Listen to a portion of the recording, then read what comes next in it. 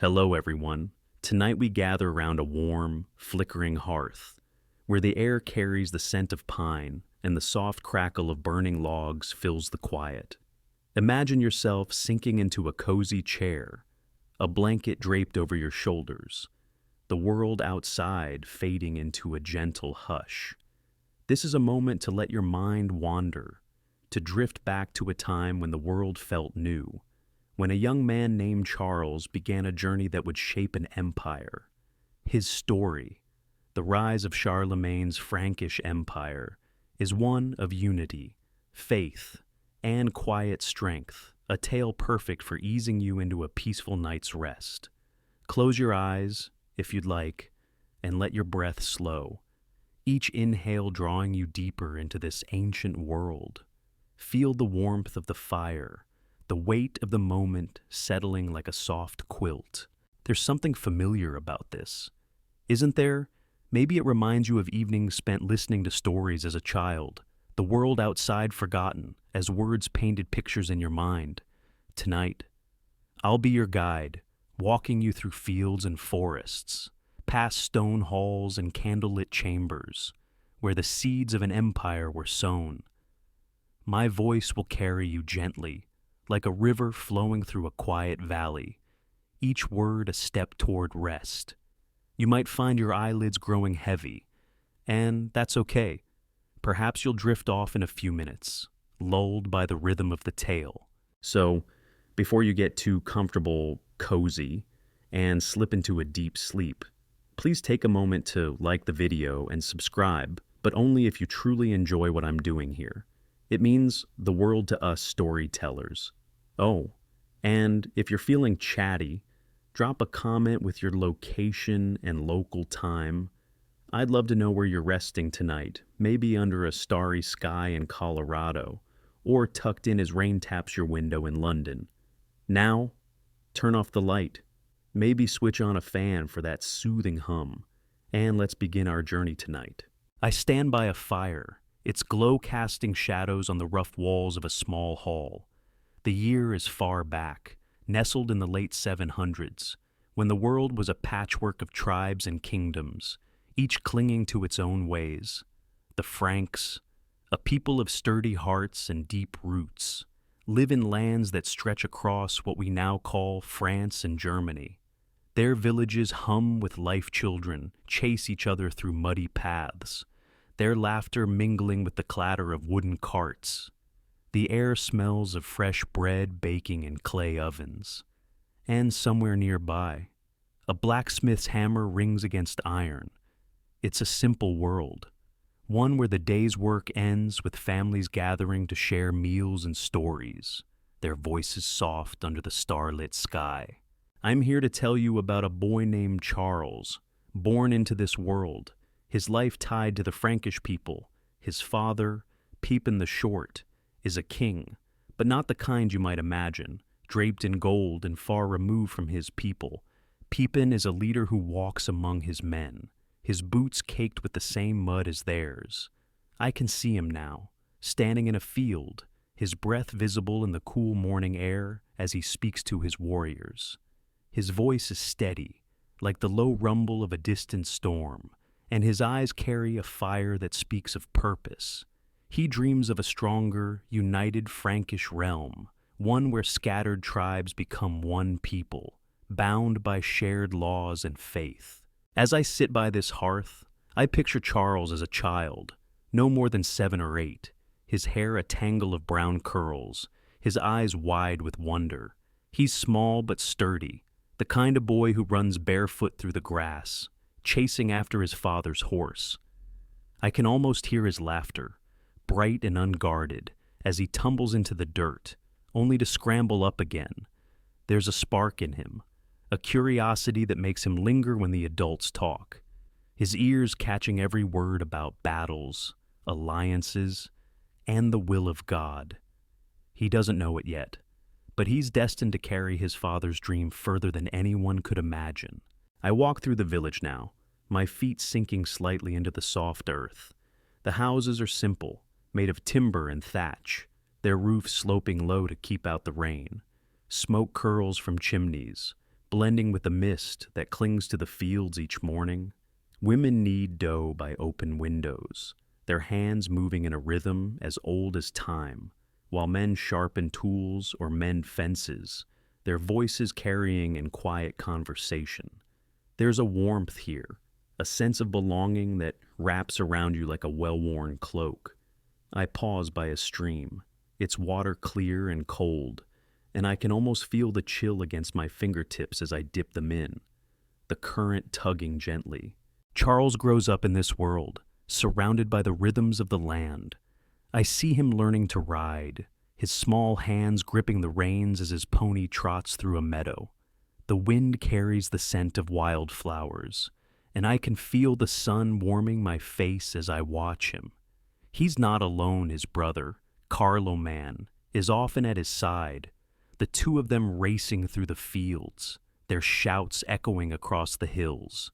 There's a bond between them, the kind only siblings know, built on shared games and secrets whispered under the covers at night. But even as a boy, Charles is different. He listens when the priests speak of faith, his young mind turning over their words like stones in a river, searching for meaning. I settle back by the fire now, the logs shifting with a soft pop, sending sparks up into the darkness. The hall is quiet, save for the occasional creak of the wooden beams overhead. I can almost smell the wax of candles burning low, their light pooling on the table where Charles's family gathers. His mother, Bertrada, is a steady presence, her voice soft but firm as she guides her sons. I picture her brushing a strand of hair from Charles's face, her touch gentle but sure, like the way she steers the family through uncertain times. She knows the weight of their name, the legacy they carry, and she's teaching Charles to bear it with grace. As I speak, I feel the world around me soften, the edges blurring like a dream. The fire's warmth seeps into my bones, and I let my words flow slowly, each one a step deeper into this story. You might feel it too, the way the tale wraps around you, pulling you gently towards sleep. There's no rush, no need to hold on to every detail. Just let the images drift through your mind, the boy by the stream, the village waking under a pale dawn, the promise of something greater stirring in the air. I'll be here, my voice a steady guide, carrying you through the night. I wander now through the heart of Pepin's court, my footsteps soft on the packed earth floor of a great hall. The air is thick with the scent of roasted meat and herbs, mingling with the faint smokiness of torches flickering along the walls. It's a place alive with purpose, where warriors and advisors gather, their voices a low hum beneath the clatter of wooden cups. Outside, the wind sighs through the trees, carrying the chill of an early autumn evening, but here, inside, there's warmth, a sense of something stirring. The Frankish realm is waking, its people drawing closer, like threads being woven into a single tapestry. I can feel it in the way the men lean forward when Pepin speaks, their eyes bright with hope for a stronger, united land. I find a quiet corner, settling onto a bench smoothed by years of use, its wood warm under my hands. The hall is long, its ceiling lost in shadows, and at its center stands Pepin, his presence steady as an oak. His cloak is simple, edged with fur, and his hands rest on the hilt of a sword that's more tool than ornament. I watch him nod to a grizzled warrior, then turn to a priest whose robes brush the floor. They speak of borders, of tribes that feud, of a faith that could bind them all. I can almost hear the weight of their words, each one a stone laid in the foundation of something greater. My gaze drifts to Charles, no longer the boy chasing horses, but a young man, perhaps 16, standing at the edge of the crowd. His shoulders are broad now, his face still soft, but sharpening with the promise of strength. I see him listening, his eyes fixed on his father, drinking in every gesture, every pause. There's a hunger in him, not for power, but for understanding, for the chance to carry this dream forward. I can feel the energy in the room shift when he steps closer. His presence quiet but impossible to ignore, like a river finding its course.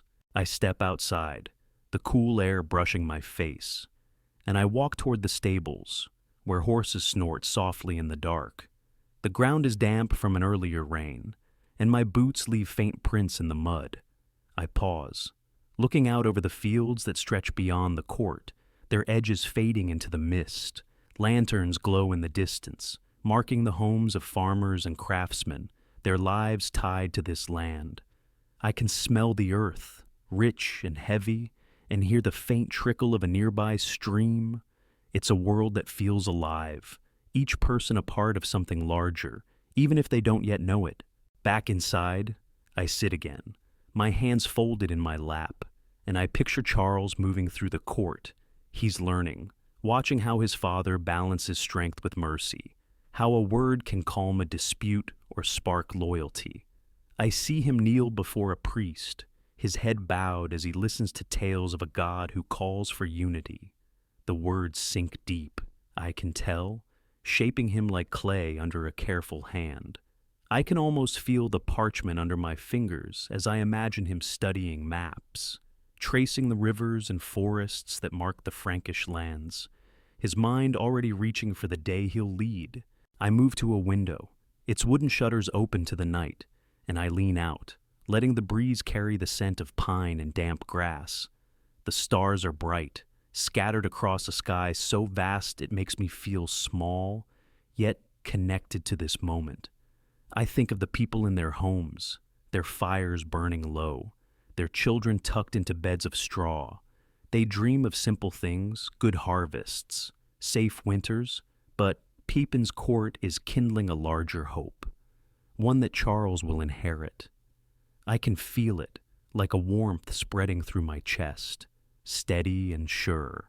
I return to the hall, my steps slow, and I notice the way the firelight catches the faces around me. There's a woman weaving a basket, her fingers quick and sure, and a man sharpening a blade, his movements deliberate. They don't speak of empires, but their work, their lives, are the roots of what's to come. I see Charles watching them too, his eyes thoughtful, as if he's already seeing the strength in their hands, the quiet power of their daily tasks. He's learning that a realm isn't built on battles alone, but on the trust of those who call it home. I settle by the fire again, its heat soaking into my skin, and I let my voice soften, my words flowing like a lullaby. You might feel your breath slowing now, your body sinking deeper into the bed, the world around you fading. Imagine the hall, its walls sturdy against the night, the people gathered like a family, their hopes intertwined. There's no hurry here, no need to hold tight to the story. Just let it carry you, like a leaf on a gentle stream, drifting toward rest. I can almost hear the crackle of the fire, the murmur of voices. And I know you're there with me, walking through this ancient world. I picture Charles standing by his father's side now, his hand resting on the back of a chair, his posture straight but easy. He's not yet king, but there's a light in him, a spark that draws eyes without demanding it. I can feel the room's energy shift, the way it does when someone carries a quiet strength. Pepin glances at him, a faint smile tugging at his lips. And I know he sees it too, the boy becoming a man, the man who will one day hold this realm together. It's a moment that feels timeless, like a painting etched in soft gold. As I speak, I let my words stretch, each one a gentle nudge towards sleep. The court is alive, but it's also calm, a place where dreams are born in the spaces between words. I can smell the wax of candles, the faint sweetness of mead, and I let those senses fill my mind, hoping they reach you too. You might imagine the weight of a blanket, the softness of a pillow, the way the night wraps around you. I'm here, my voice steady, guiding you through this tale, and I'll stay until you're ready to drift away. I stand in a clearing now, the morning sun filtering through a canopy of oaks, casting dappled light on the grass. The air is crisp, smelling of dew and the faint musk of horses nearby. A group of young men trains in the distance, their wooden swords clacking rhythmically, their laughter breaking the stillness. Among them is Charles, no longer a boy, but not yet a king, his frame strong and sure as he moves through the drills. I can see the sweat on his brow, the focus in his eyes, a young warrior carving his path. His training is more than physical. It's a forging of loyalty, of might, of a heart ready to lead. I settle on a fallen log, my hands brushing the rough bark, and I watch him, feeling the quiet promise of his future. The field is alive with sound, the thud of boots on earth, the snorts of horses tethered nearby, the low hum of a trainer's voice calling out commands. I can smell the leather of their gear, warmed by the sun, and hear the rustle of leaves as a breeze moves through the trees. Charles stands out, not for flash or bravado, but for the way he listens, adjusts, learns. He parries a blow, steps back, then tries again, his movement steady, deliberate. I can almost feel the weight of the sword in my hands, the balance of it, the way it teaches patience as much as strength. I rise and walk toward the edge of the clearing, where a stream cuts through the land, its water glinting in the light. I kneel, letting my fingers trail in the cool current, and I think of Charles's life here, shaped by these moments. He's learning to lead men, to earn their trust, not through fear but through shared effort. I can see him pausing to help a younger boy adjust his grip, his voice low and encouraging, the kind that makes you want to try again. There's a warmth in that, a bond forming, like the roots of a tree sinking deep into the earth. I wander back toward the training ground, my steps slow, the grass soft under my feet. The sun climbs higher, warming my shoulders, and I notice the way the men look to Charles. Even now, he's young, barely 20, but there's a gravity to him, a quiet strength that draws them. I can imagine him at night, sitting by a fire, listening to their stories, tales of hunts, of families, of dreams for a better life. He's not above them, not distant, he's one of them, and that's what makes them follow. I feel it too, the pull of his presence, like a steady hand guiding you home. I find a spot under a tree, its shade cool and inviting, and I sit, leaning against the trunk. The bark is rough against my back, grounding me as I watch the training continue. Charles is sparring now, his movements fluid, his laughter bright when his opponent lands a clever hit. There's no anger in it, only respect, and I can see the other man's grin, the camaraderie that builds in these moments. I let my eyes close for a moment, just listening, the clack of wood, the murmur of voices, the distant call of a bird. It's peaceful, this world, despite its hardships, and I want you to feel that peace too, as you sink deeper into your bed. I open my eyes and notice Charles stepping away from the group, wiping his brow with the back of his hand. He walks toward the stream, his steps unhurried, and I follow at a distance, my feet silent on the grass. He kneels by the water, splashing his face, and I can almost feel the cold against my own skin, the way it sharpens the senses. He sits there for a moment, staring into the current, and I wonder what he sees his reflection, perhaps, or the weight of the future waiting for him. There's a stillness in him, a moment of quiet amid the day's work, and I feel it settle over me, too, like a soft blanket.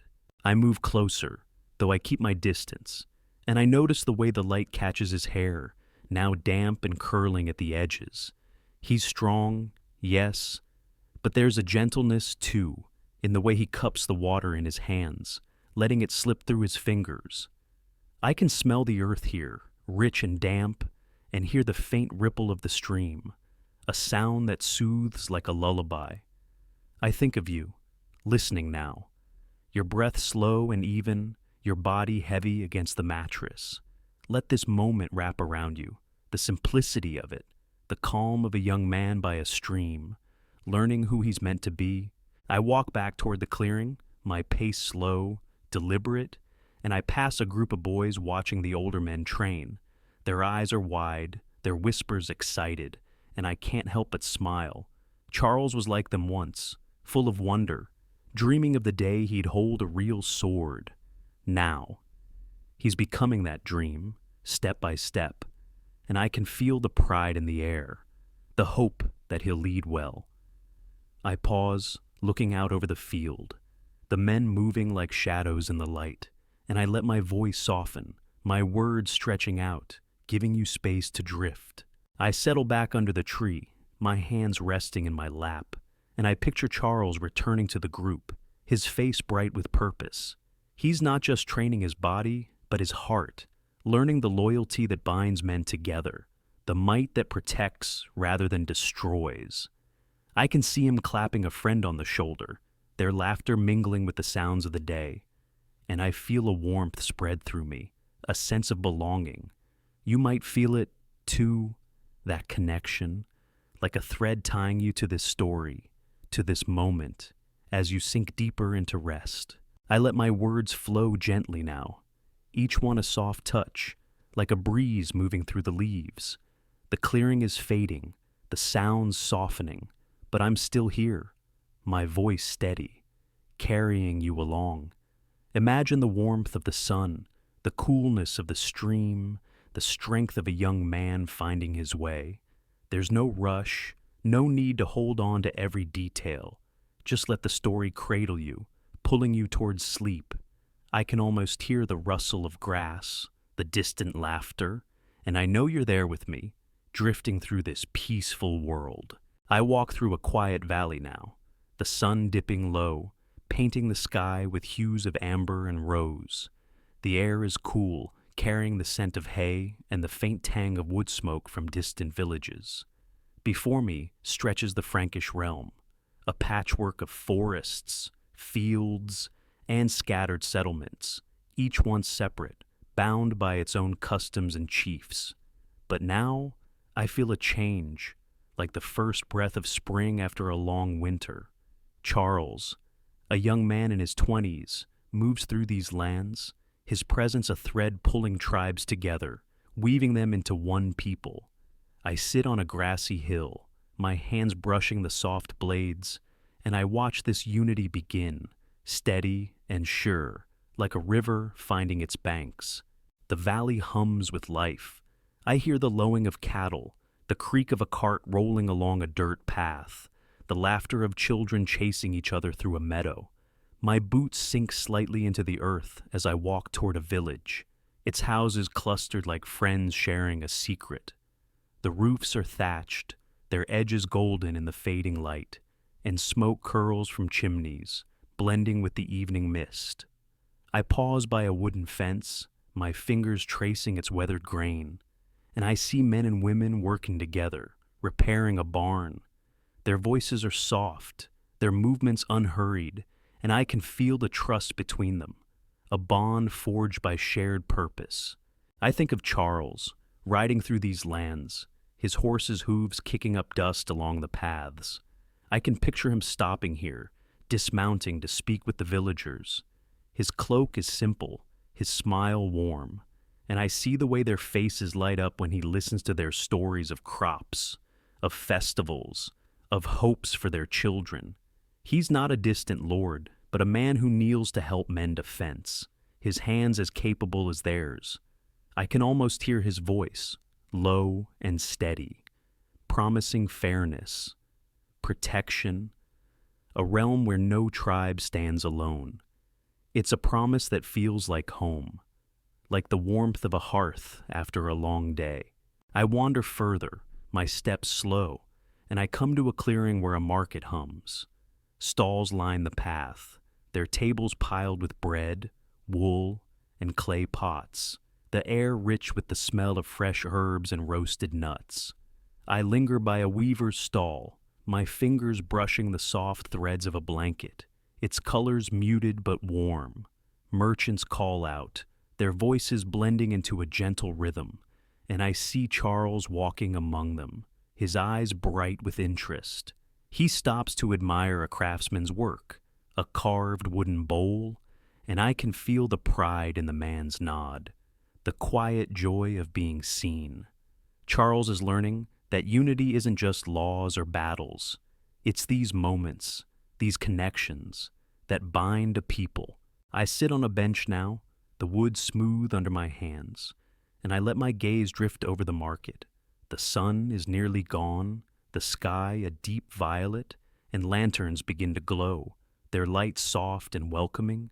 I can hear a woman singing to her child, her voice a lullaby that weaves through the chatter, and I feel a peace settle over me, like a blanket draped over my shoulders. This is Charles's work. I realize not to conquer, but to gather, to make each person feel part of something larger. I can almost smell the wax of candles lit in homes nearby, the faint sweetness of honey in the air, and I want you to feel it, too, as you sink deeper into your bed. I rise and walk toward the edge of the village, where a small chapel stands, its stone walls sturdy against the night. The door is open, and I step inside, the air cool and heavy with the scent of incense. A single candle burns on the altar, its flame steady, and I kneel, my hands resting on the worn pew. I think of Charles, who carries faith in his heart, not as a weapon, but as a bridge. He visits places like this, speaking with priests, learning how belief can unite tribes who once clashed. I can almost hear the murmur of prayers, the soft creak of the chapel's beams, and I let those sounds fill my mind, hoping they reach you, soothing like a gentle tide. I step outside again, the night air brushing my face, and I look up at the stars, bright and countless. The village is quiet now, save for the occasional bark of a dog or the rustle of leaves in the wind. I walk back toward the hill, my pace unhurried, and I feel the weight of Charles's vision, the way it's beginning to take root. He's not forcing unity, but nurturing it, like a farmer tending a field, patient and steady. I can see him in my mind, sitting with his advisors by a fire, their voices low as they plan for a realm where every voice matters. It's a dream that feels alive, warm, like the glow of a lantern in the dark. I settle back on the hill, my body sinking into the grass, and I let my voice soften, my words flowing like a stream over smooth stones. You might feel your breath slowing now, your limbs heavy, the world around you fading into a gentle hum. Imagine the village, its houses nestled together, the market's lanterns flickering, the chapel's candle burning low. There's no rush here, no need to hold tight to the story. Just let it wrap around you, pulling you toward rest. I'm still here, my voice a steady guide, carrying you through this peaceful world where a young man weaves a realm together, one heart at a time. I close my eyes for a moment, just feeling the night, the cool grass under me, the faint scent of smoke on the breeze. I picture Charles riding home, his horse moving slowly, the rhythm of its steps a kind of music. He's tired, perhaps, but there's a light in him, a quiet strength that grows with each village he visits, each hand he clasps. I can feel it too, that strength, like a warmth in my chest. And I hope you feel it drifting through your mind as you ease towards sleep. The valley is fading now, but the story continues, soft and sure, like a dream you don't need to chase. I stand in a vast hall, its stone walls draped with woven tapestries, their colors softened by time. The air is warm, heavy with the scent of beeswax and polished wood, and a fire roars in a great hearth, casting a golden glow over the gathered crowd. It's Christmas Day, the year 800, and I'm in Rome, where Charles, now a man of strength and vision, kneels before an altar. The moment is solemn, the weight of history settling like a crown, gentle yet profound. I find a place near the back, my hands resting on the cool stone of a pillar, and I watch as Charles is crowned, his head bowed under the touch of Pope Leo III. The crown's weight is more than gold. It's the promise of an empire, and I feel its warmth, like sunlight breaking through a winter dawn. The basilica is alive with murmurs, the rustle of robes, the soft clink of metal as guards shift in their places. I can smell the faint incense curling upward, blending with the crisp air that slips through the high windows. Charles rises, his face steady, his eyes reflecting the candlelight. He's no longer just a king, but an emperor, a title that binds the Franks to a legacy stretching back to Rome's ancient glory. I see the people around me, their faces a mix of awe and hope, their breaths visible in the cool air. They're witnessing a moment that feels eternal, a turning point that will echo through their lives and beyond. I step closer, my footsteps silent on the worn marble floor, and I notice the details, the intricate embroidery on Charles's cloak, the way his hands rest calmly at his sides. There's a stillness in him, a deep acceptance of this role, not for power, but for duty. I can almost feel the crown myself, its metal warmed by the moment, its weight a reminder of the people who look to him. I think of the villages I've walked through, the farmers and weavers, the children playing in the fields. This crown is for them, a symbol that their lives are part of something greater, something whole. I move to a side aisle, where the light is softer, and I lean against a column, its surface smooth under my fingers.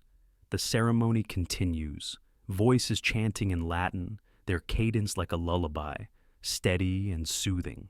I let my eyes drift over the crowd, nobles in furs, priests in simple robes, warriors with weathered faces. They're all here, bound by this moment, and I feel a warmth spread through me, like the glow of a fire on a cold night. Charles stands at the center, his presence a beacon, and I can see the trust in the eyes that watch him, the belief that he'll lead with wisdom and care. I slip outside now, into the Roman night, the air sharp and clear, carrying the scent of pine and distant fires. The stars are bright above the city, and I walk slowly, my boots scuffing the cobblestones. The basilica looms behind me, its walls sturdy, its light spilling through arched windows. I pause, looking back, and I think of Charles inside, carrying the weight of this new title. He's not alone, the Franks are with him, their hopes woven into his own, and I can feel that connection, like a thread running through my hands, soft but unbreakable. I find a bench in a quiet courtyard, its stone cool under my hands, and I sit, letting the night wrap around me. The sounds of the city are faint, a dog barking, a cart creaking, the murmur of voices from a nearby tavern. I picture Charles after the ceremony, stepping into a smaller chamber, his advisors gathered around a table lit by candles. They speak of laws, of lands, of the work ahead, but his voice is calm, grounding them like the roots of an ancient tree. I can almost smell the parchment they study, the ink still fresh, and I feel the steady rhythm of their plans, each word a step toward unity. I close my eyes for a moment, just listening to the night, the faint rustle of leaves in the breeze, the distant chime of a bell. You might feel it too, the way the world slows, the way your breath deepens, your body sinking into the softness of your bed. Imagine the basilica, its golden light, the quiet strength of a man accepting his role. There's no rush here, no need to hold on to every image, just let the story carry you, like a leaf drifting on a gentle stream. I'm still here, my voice soft, guiding you through this moment, this world, where a crown becomes a promise. I open my eyes and look up at the sky, the stars like scattered jewels, each one a story waiting to be told. I think of Charles, not as an emperor, but as the man I've watched grow, the boy who ran through fields, the warrior who trained with his men. This crown doesn't change him, it reveals him, his heart shaped by faith, loyalty, and a dream of peace. I can feel that dream now, warm and steady, like a fire that never fades, and I hope you feel it too as you drift closer to sleep, the world around you softening, blurring at the edges. I rise from the bench, my steps slow, and I walk back toward the basilica, its silhouette dark against the sky. The air is colder now, but it's refreshing, waking my senses just enough to keep me grounded. I pause at the edge of the courtyard, my hands in my pockets, and I let my voice stretch, my words gentle, like a whisper in the dark. The coronation is over, but its meaning lingers, a warmth that spreads through the Frankish lands, touching every village, every heart. You might see it in your mind, the candlelit hall, the crowned man, the quiet hope of a new era. Let it settle over you, pulling you deeper into rest. I turn away from the basilica now, my path leading into the quiet streets, where the city sleeps under the stars. The story continues, but it's softer now, like a melody fading into silence. I can hear the faint trickle of a fountain, the rustle of my own breath. And I know you're there with me, carried by this tale, this moment. There's nothing to hold you back, nothing to keep you from sleep, just the gentle rhythm of my voice, the warmth of a world coming together, and the promise of dreams waiting just beyond the horizon. I wander through the streets of Aachen now, my footsteps soft on the cobblestones, the air cool and rich with the scent of damp earth and freshly cut timber. The town is growing, its heart beating stronger with each passing day, as Charles shapes it into the center of his empire. I can see the outlines of new buildings rising, their wooden frames stark against the morning sky, and hear the rhythmic tap of hammers as workers build a place that feels like home for a realm. I settle on a low stone wall, my hands brushing its rough surface, and I watch this city take shape, a hearth for a people united under one vision, warm and enduring. The streets hum with quiet activity. I pass a baker sliding loaves into a clay oven, the smell of warm bread curling through the air, and a woman carrying a basket of apples, their red skins catching the light. My boots scuff the dirt as I walk toward the site of a great hall, its foundation laid with care, each stone placed like a promise. Workers move steadily, their voices low, their laughter breaking the morning stillness. I can feel the energy here, not hurried but purposeful, like a river carving its path through the land. Aachen is more than a city, it's a dream, Charles's dream, and I sense its warmth in every corner. I pause by a half-built wall, my fingers tracing the cool stone, and I picture Charles walking these streets, his cloak catching the breeze. He stops to speak with a mason, his voice calm, his questions thoughtful, as if each brick matters to him. I can see the man's nod, the pride in his eyes, knowing his work builds something lasting. Charles has a way of making people feel seen, their efforts part of a greater whole, and I feel it too, like a thread tying me to this moment, this place. The air smells of sawdust and earth, and I let it fill my lungs, grounding me as I watch the city grow. I move on, my steps slow, and I come to a clearing where a chapel is rising, its arches reaching for the sky.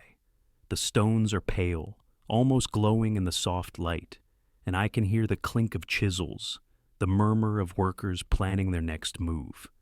I step closer, my hand brushing a scaffold's wooden frame, and I imagine Charles standing here, his eyes tracing the curves of the design.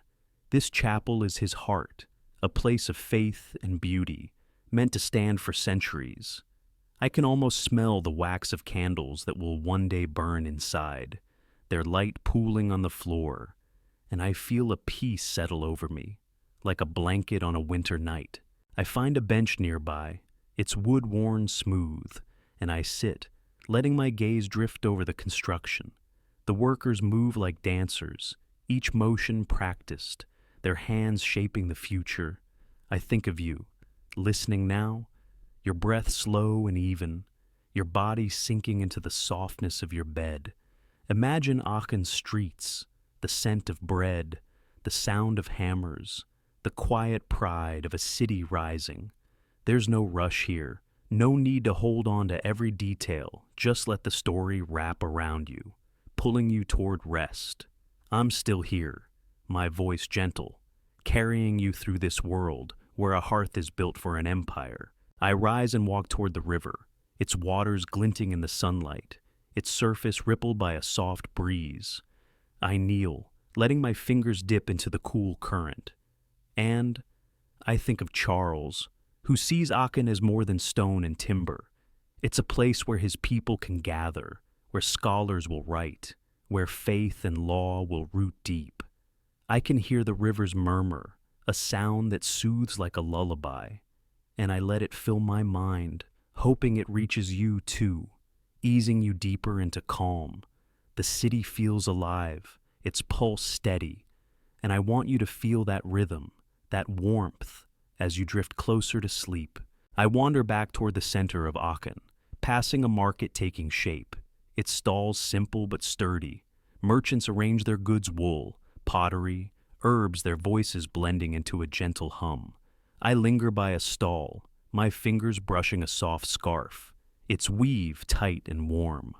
A woman smiles at me, her hands busy sorting apples, and I feel the community here, the way each person adds to the city's heart.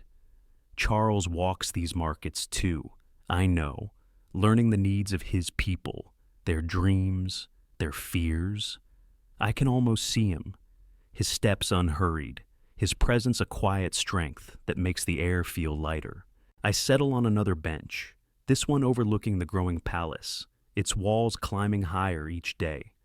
The sun is warm on my face, and I close my eyes for a moment, just listening the river's flow, the workers' calls, the distant laughter of children playing nearby.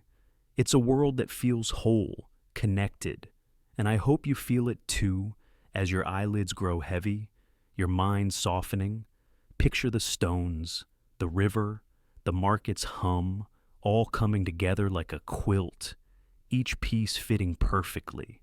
My voice is here, steady and soft, guiding you through Aachen's rise, through this story that's as much yours as it is mine. I open my eyes and look out over the city, the rooftops catching the last of the daylight, their edges sharp against the sky. I think of Charles, not as a distant emperor, but as the man who walks these streets, who sees every stone, every face, as part of his care. His vision is taking shape, and I can feel it, like a warmth in my chest, a fire that burns without consuming. Let that warmth reach you now, settling over you like a dream, pulling you gently towards sleep. The hammers fade, the river sings, and I'm still here, my words a whisper, carrying you through the night.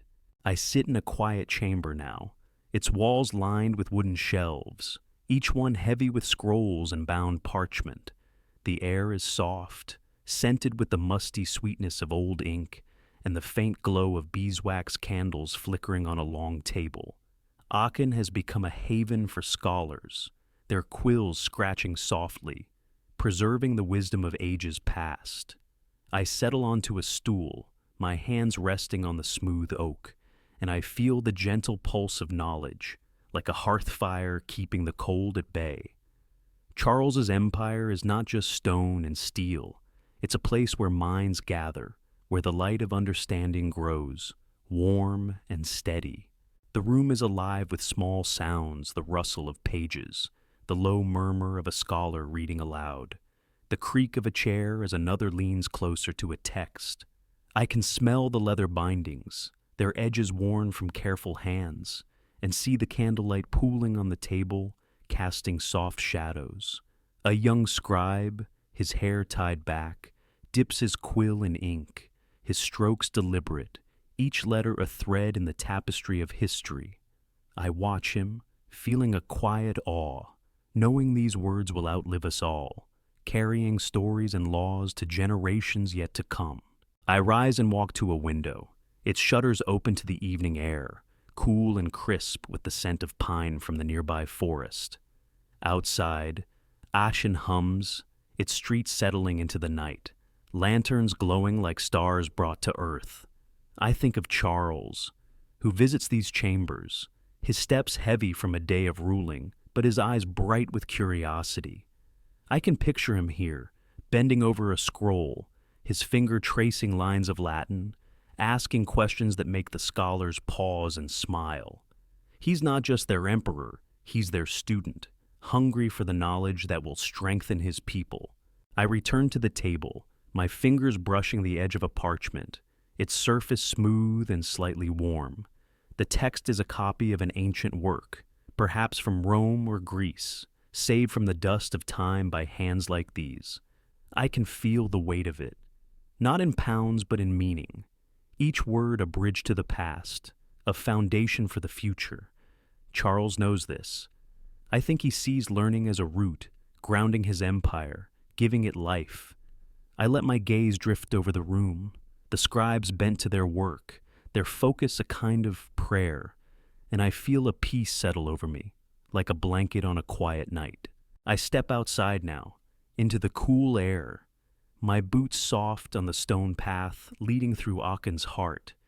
The sky is deep blue, the stars just beginning to show, and I hear the distant trickle of the river, its rhythm steady, soothing.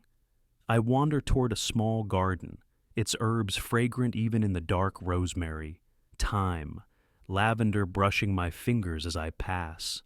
I pause, kneeling to touch the earth, its coolness grounding me, and I think of you, listening now, your breath slow, your body sinking deeper into rest.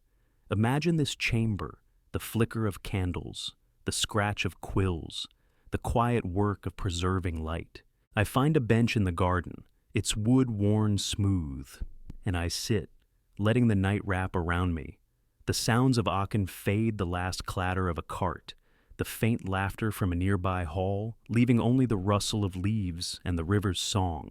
I picture Charles again, leaving the scholar's chamber, his cloak pulled tight against the chill, his mind full of ideas.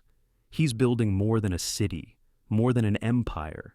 He's building a legacy, one that feels alive, warm, like a fire shared by many. I can almost see his breath in the cold air, his steps steady as he walks toward the palace, his heart full of purpose. I close my eyes for a moment, just listening, feeling the night, the faint scent of herbs lingering on my hands. You might feel it too, the way the world softens, the way your thoughts drift, light as feathers, towards sleep. Picture the scrolls, their words flowing like a river, the candles burning low, the scholar's quiet devotion. There's no hurry here, no need to hold on to every image, just let the story cradle you, pulling you gently toward rest. I'm still here, my voice a whisper, guiding you through this world where wisdom is gathered, where a hearth burns for the mind. I open my eyes and look up at the stars, their light sharp against the dark, each one a story, a thought, a dream. I think of the scribes, their work continuing even now, their quills moving in the silence. Charles's empire is stronger for it, its roots deeper, its heart warmer. I can feel that strength, like a glow in my chest, and I hope you feel it too, as you sink deeper into your bed, the world around you fading into a gentle hum. The chamber is behind me, but its light lingers, a promise that knowledge will endure, that this story will carry on. I rise from the bench, my steps slow, and I walk back toward the palace, its silhouette soft against the sky. The air is colder now, but it's refreshing, waking my senses just enough to keep me grounded. I let my words stretch, each one soft, like a touch on your shoulder, easing you closer to sleep. The scholar's work, Charles's vision, Aachene's heart.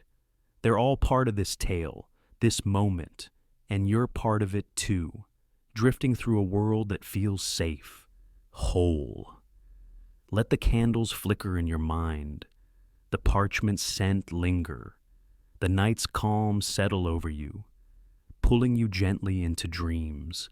I walk through a misty forest now, the air cool and damp, carrying the scent of moss and pine. The ground is soft under my boots, cushioned by fallen leaves, and I hear the distant murmur of a stream weaving through the trees. I'm far from Aachen, in the northern reaches of Charles's empire, where missionaries tread gently, sharing a faith that feels like a warm embrace. Their steps are quiet, their words soft, as they bring belief to villages once divided by old gods and older feuds.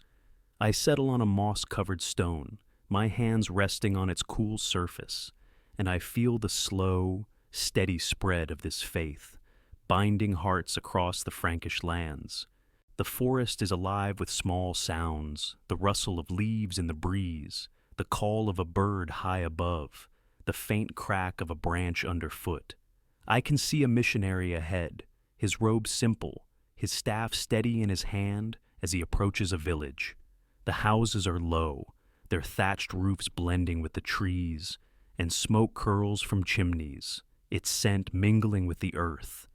I follow at a distance, my steps silent, and I watch as he kneels by a fire, speaking to a family gathered around. His voice is calm, like a lullaby, and I can feel the warmth of his words, the way they soothe fears and offer hope. I pause by a tree, my fingers brushing its rough bark, and I think of Charles, who sends these men with a mission not to conquer, but to connect. He believes faith can be a bridge, a way to unite tribes who once clashed over sacred groves or stone altars. I can picture him in Aachen, meeting with bishops, his questions sharp but kind, ensuring this work is done with care. The missionary's voice carries now, telling a story of peace, of a kingdom beyond the stars. And I see the villagers' faces soften, their eyes reflecting the fire's glow. It's a moment that feels timeless, like a thread woven through the ages. I move closer, finding a spot near the village edge, where I can sit on a wooden bench, its surface worn smooth by time. The air smells of wood smoke and fresh bread baking nearby, and I let my gaze drift over the scene. Children play quietly, their laughter a soft counterpoint to the missionary's words, and I feel a peace settle over me, like a blanket on a cold night. This is Charles's empire, not just in palaces or laws, but here, in these moments where belief takes root, where people find common ground. I want you to feel it too, as you sink deeper into your bed, your breath slow and even. I rise and wander toward the stream, its water clear, catching the last light of day. I kneel, letting my fingers trail in the cool current, and I think of the missionaries traveling these lands.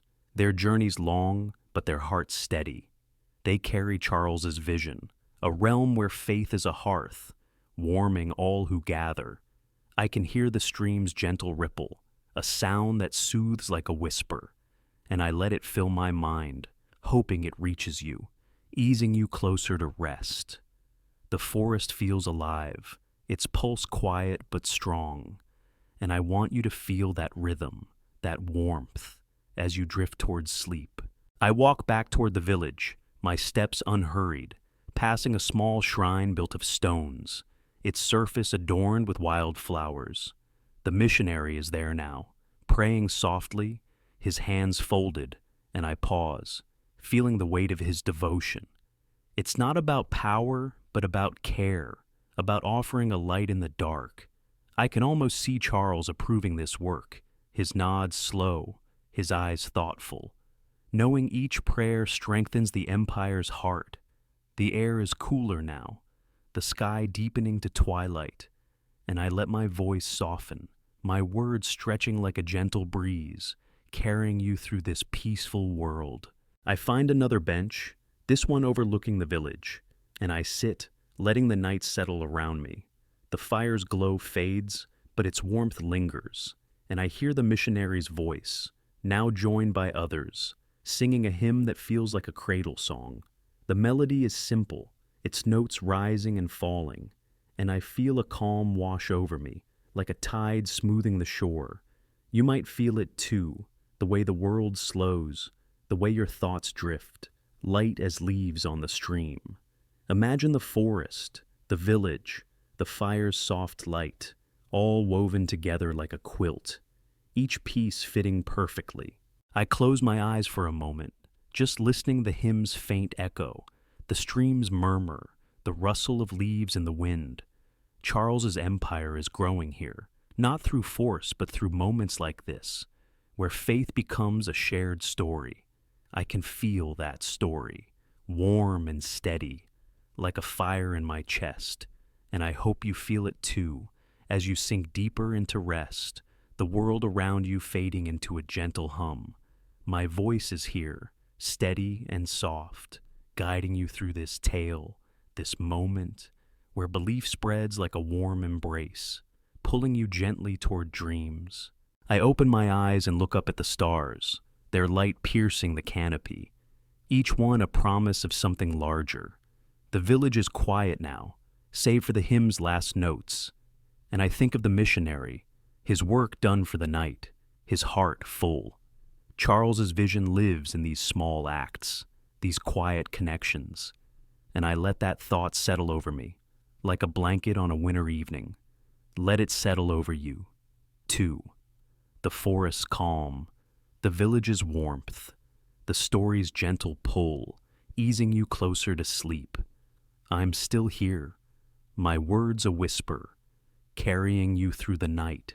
I stand in a firelit hall now, its heavy beams casting long shadows across the stone floor. The air is warm, thick with the scent of roasted meat and the faint sweetness of mead, while the crackle of a great hearth fills the quiet spaces. Outside, a winter wind howls, but here, within these sturdy walls, there's a sense of belonging, of oaths sworn in trust. I watch as Charles's paladins, his most loyal knights, gather, their faces weathered but bright with devotion. I settle onto a wooden bench, my hands resting on its worn surface, and I feel the strength of their loyalty, a bond as warm and enduring as the fire before us. The hall hums with low voices, the clink of cups, the rustle of cloaks as men shift in their seats. I can see the knights, their armor set aside, their swords resting against the walls, glinting in the firelight. They're not just warriors, but friends, brothers, bound to Charles by more than duty. I picture him among them, his presence steady, his laughter deep as he shares a story of a hunt gone awry. His cloak is simple, his hands calloused, and I can feel the ease in the room, the way his warmth draws them closer, like moths to a flame. I lean forward, my elbows on the table, and I notice a young knight, his eyes fixed on Charles, drinking in every word. He's new to this circle, his armor still shining, but his oath is as firm as the oak overhead. I can almost hear his voice, steady but soft, as he pledges his life to the Emperor, to the dream of a united realm. The others nod, their faces solemn, and I feel the weight of that moment, the way it binds them, heart to heart. The air smells of pine smoke and bread, and I let it ground me, anchoring me to this scene, this promise. I rise and walk to the hearth, my hands outstretched to the warmth. The fire's glow softening the edges of the world. The flames dance, their light playing on the faces around me, and I think of Charles, who knows these men not as subjects, but as kin.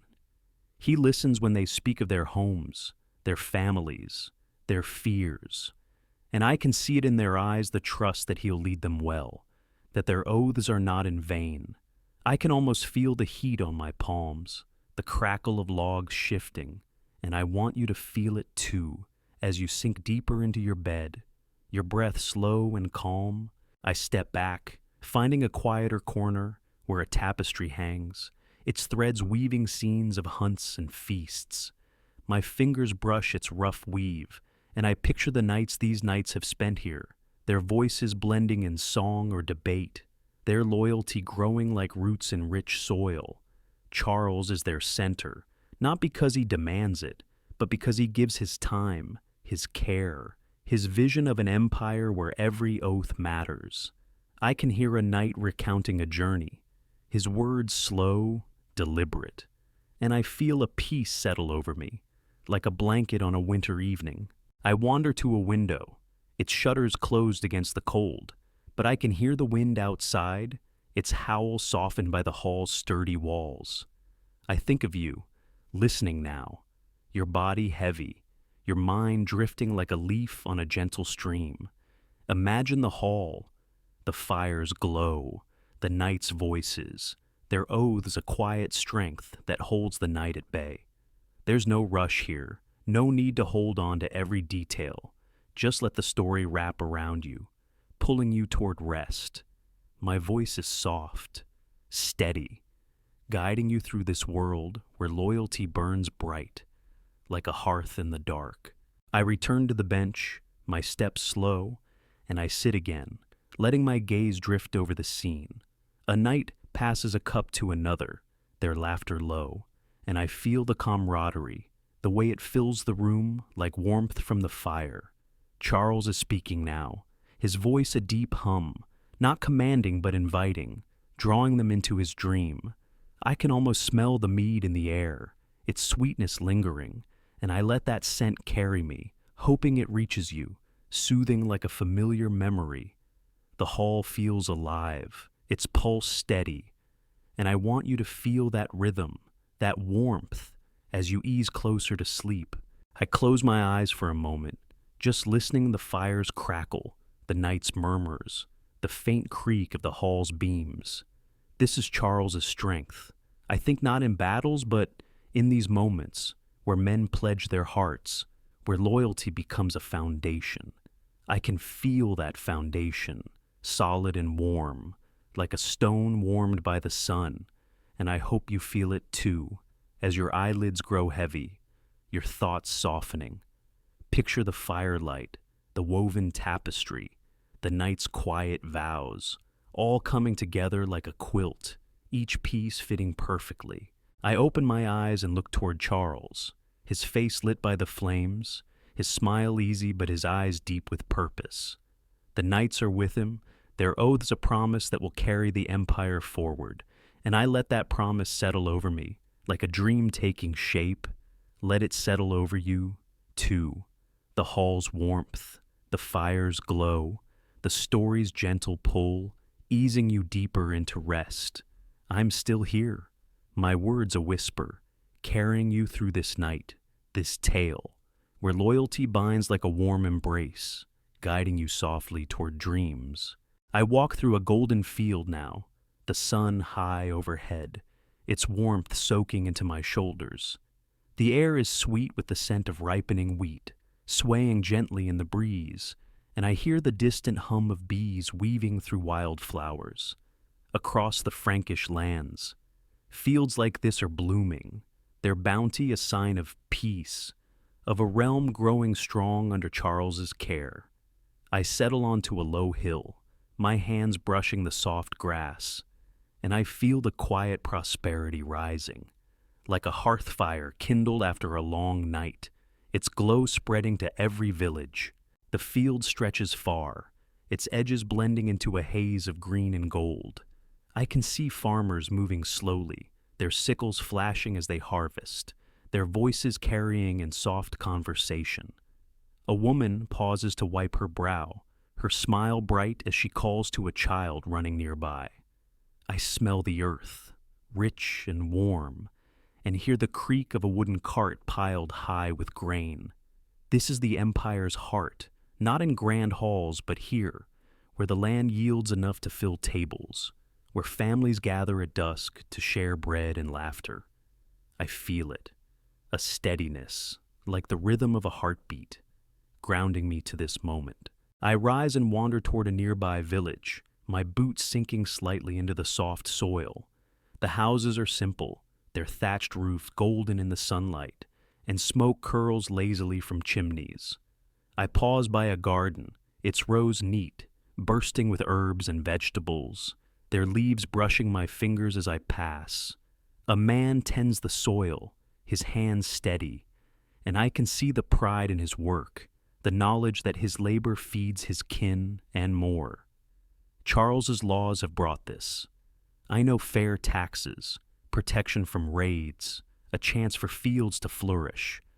I can almost taste the bread baked from this wheat, its crust warm and crisp. I move on, finding a stream that cuts through the village, its water clear and cool. I kneel, letting my fingers dip into the current, and I think of Charles, who rides through these lands, his eyes taking in every field, every home. I picture him stopping here, dismounting to speak with the farmers, his questions simple but earnest. How's the harvest? What do they need?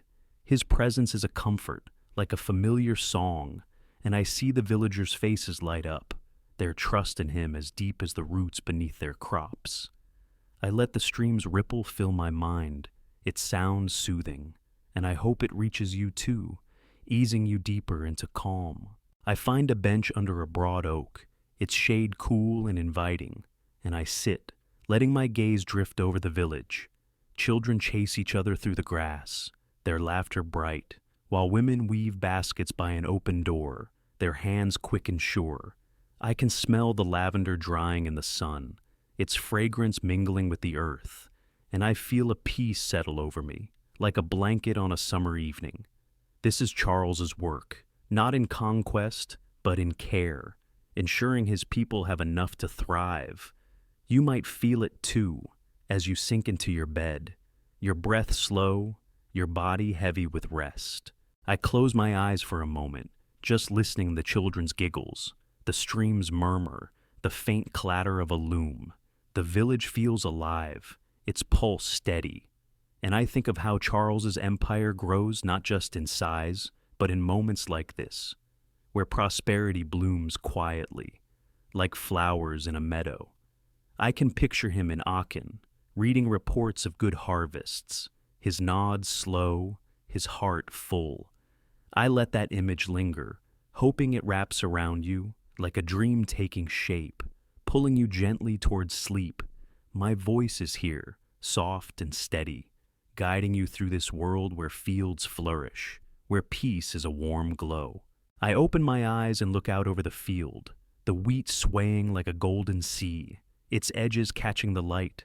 A farmer waves to another, their shared work a kind of dance.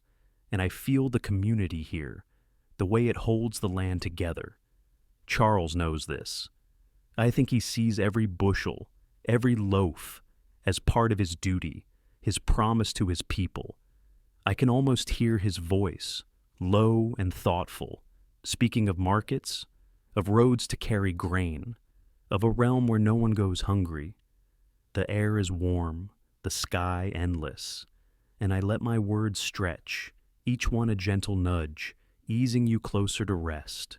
I rise from the bench, my steps slow, and I walk back toward the stream, its banks lined with wildflowers, their petals soft against my fingers. The sun is lower now, casting long shadows, and I pause, feeling the day's warmth linger on my skin. I think of you, listening now, your thoughts drifting, light as the breeze moving through the wheat.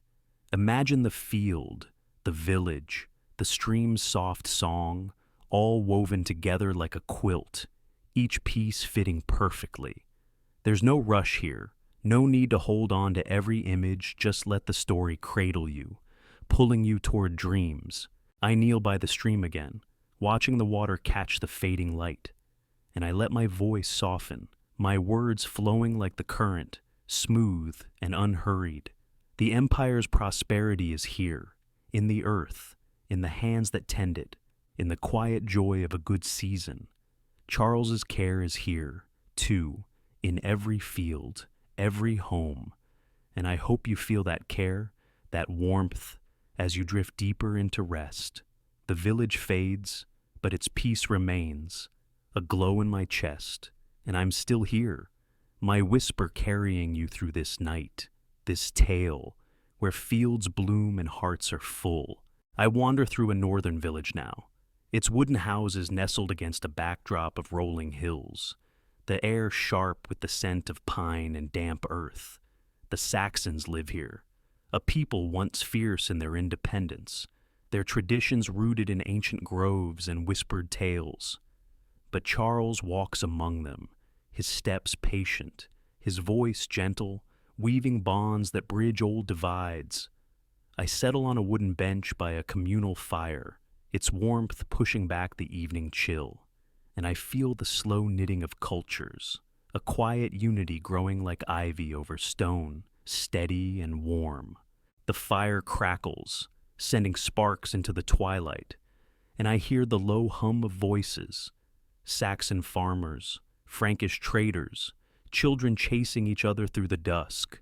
The village is alive, its pulse strong despite the differences that once kept these people apart. I can smell bread baking nearby, its crusty warmth mingling with the smoke, and see a woman weaving a blanket, her hands steady, her pattern blending Saxon knots with Frankish lines. It's a small thing, this weaving, but it speaks of harmony, of a shared life taking shape under Charles's care. I rise and walk toward a clearing, my boots soft on the grass, where a small wooden church stands, its roof freshly thatched. Inside, a priest speaks softly, his words a mix of Latin and local tongue, inviting all to listen. I pause at the door, my fingers brushing the rough wood, and I see Saxons and Franks sitting together, their heads bowed, their faces calm. Charles has been here, I know, not to force but to offer, his presence like a hand extended in friendship. I can almost hear his voice, low and earnest, speaking of a realm where every heart has a place, where old wounds heal in the light of trust. I move on, finding a path that winds through the village, its edges lined with wildflowers, their petals glowing faintly in the fading light. The air is cool, carrying the scent of hay from nearby barns, and I let my steps slow, feeling the rhythm of this place. I picture Charles riding through, his horse's hooves steady on the dirt, his eyes taking in the homes, the fields, the faces. He stops to share a meal, I imagine, breaking bread with a Saxon elder, their laughter easing years of mistrust. I feel that ease now, like a warmth in my chest, and I want you to feel it too, as you sink deeper into your bed, your breath soft and even. I find another bench, this one overlooking a stream, its water murmuring over smooth stones. I sit, letting my hands rest in my lap, and I watch the village settle into the night. Lanterns glow in windows, their light soft, and I hear a mother singing to her child, her voice a lullaby that weaves through the quiet. This is Charles's work, not in grand decrees but in moments like this, where cultures blend gently, like colors in a sunset. You might feel it too, the way the world slows, the way your thoughts drift, light as the stream's current, toward rest. I close my eyes for a moment, just listening the fire's crackle, the stream's song, the faint rustle of leaves in the breeze. I think of Charles, his patience like a river wearing down stone, his care for the Saxons as deep as for his own Franks. He's building a family, not just an empire, and I can see it in the way a Saxon boy plays with a Frankish girl, their giggles mingling like notes in a song. I let that image linger, hoping it wraps around you, like a blanket on a cool evening, pulling you gently towards sleep. My voice is here, steady and soft, guiding you through this world where bonds are woven, where unity grows. I open my eyes and look out over the village, the fire's glow fading but its warmth lingering. A man tends the flames, his movements slow, and I feel the community here, the way it holds these people together, Saxon and Frank alike. Charles knows this. I think he sees every shared meal, every joined prayer, as a thread in his empire's fabric. I can almost smell the pine in the air, the faint sweetness of honey from a nearby table, and I let those senses carry me, hoping they reach you, soothing like a familiar dream.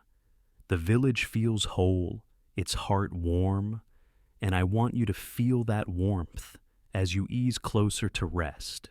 I rise from the bench, my steps unhurried, and I walk back toward the fire, its light drawing me like a beacon. The night is deeper now, the stars bright above, and I pause, feeling the earth beneath my feet, solid and sure. I picture Charles and Aachen, hearing reports of villages like this. His nods slow, his heart full of hope. His work is patient, like a gardener tending young plants. And I feel that patience now, like a glow that never fades. Let it settle over you. The village's calm, the fire's warmth, the story's gentle pull, easing you deeper into dreams. I'm still here, my words a whisper, carrying you through this night, this tale, where cultures blend like a warm embrace. I kneel by the stream again, watching the water catch the starlight, and I let my voice soften, my words flowing like the current, smooth and unhurried.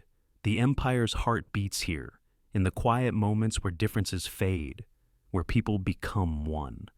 Charles's care is here too, in every village, every shared fire, and I hope you feel that care, that warmth, as you drift into rest. The village fades, but its peace remains, a light in my chest.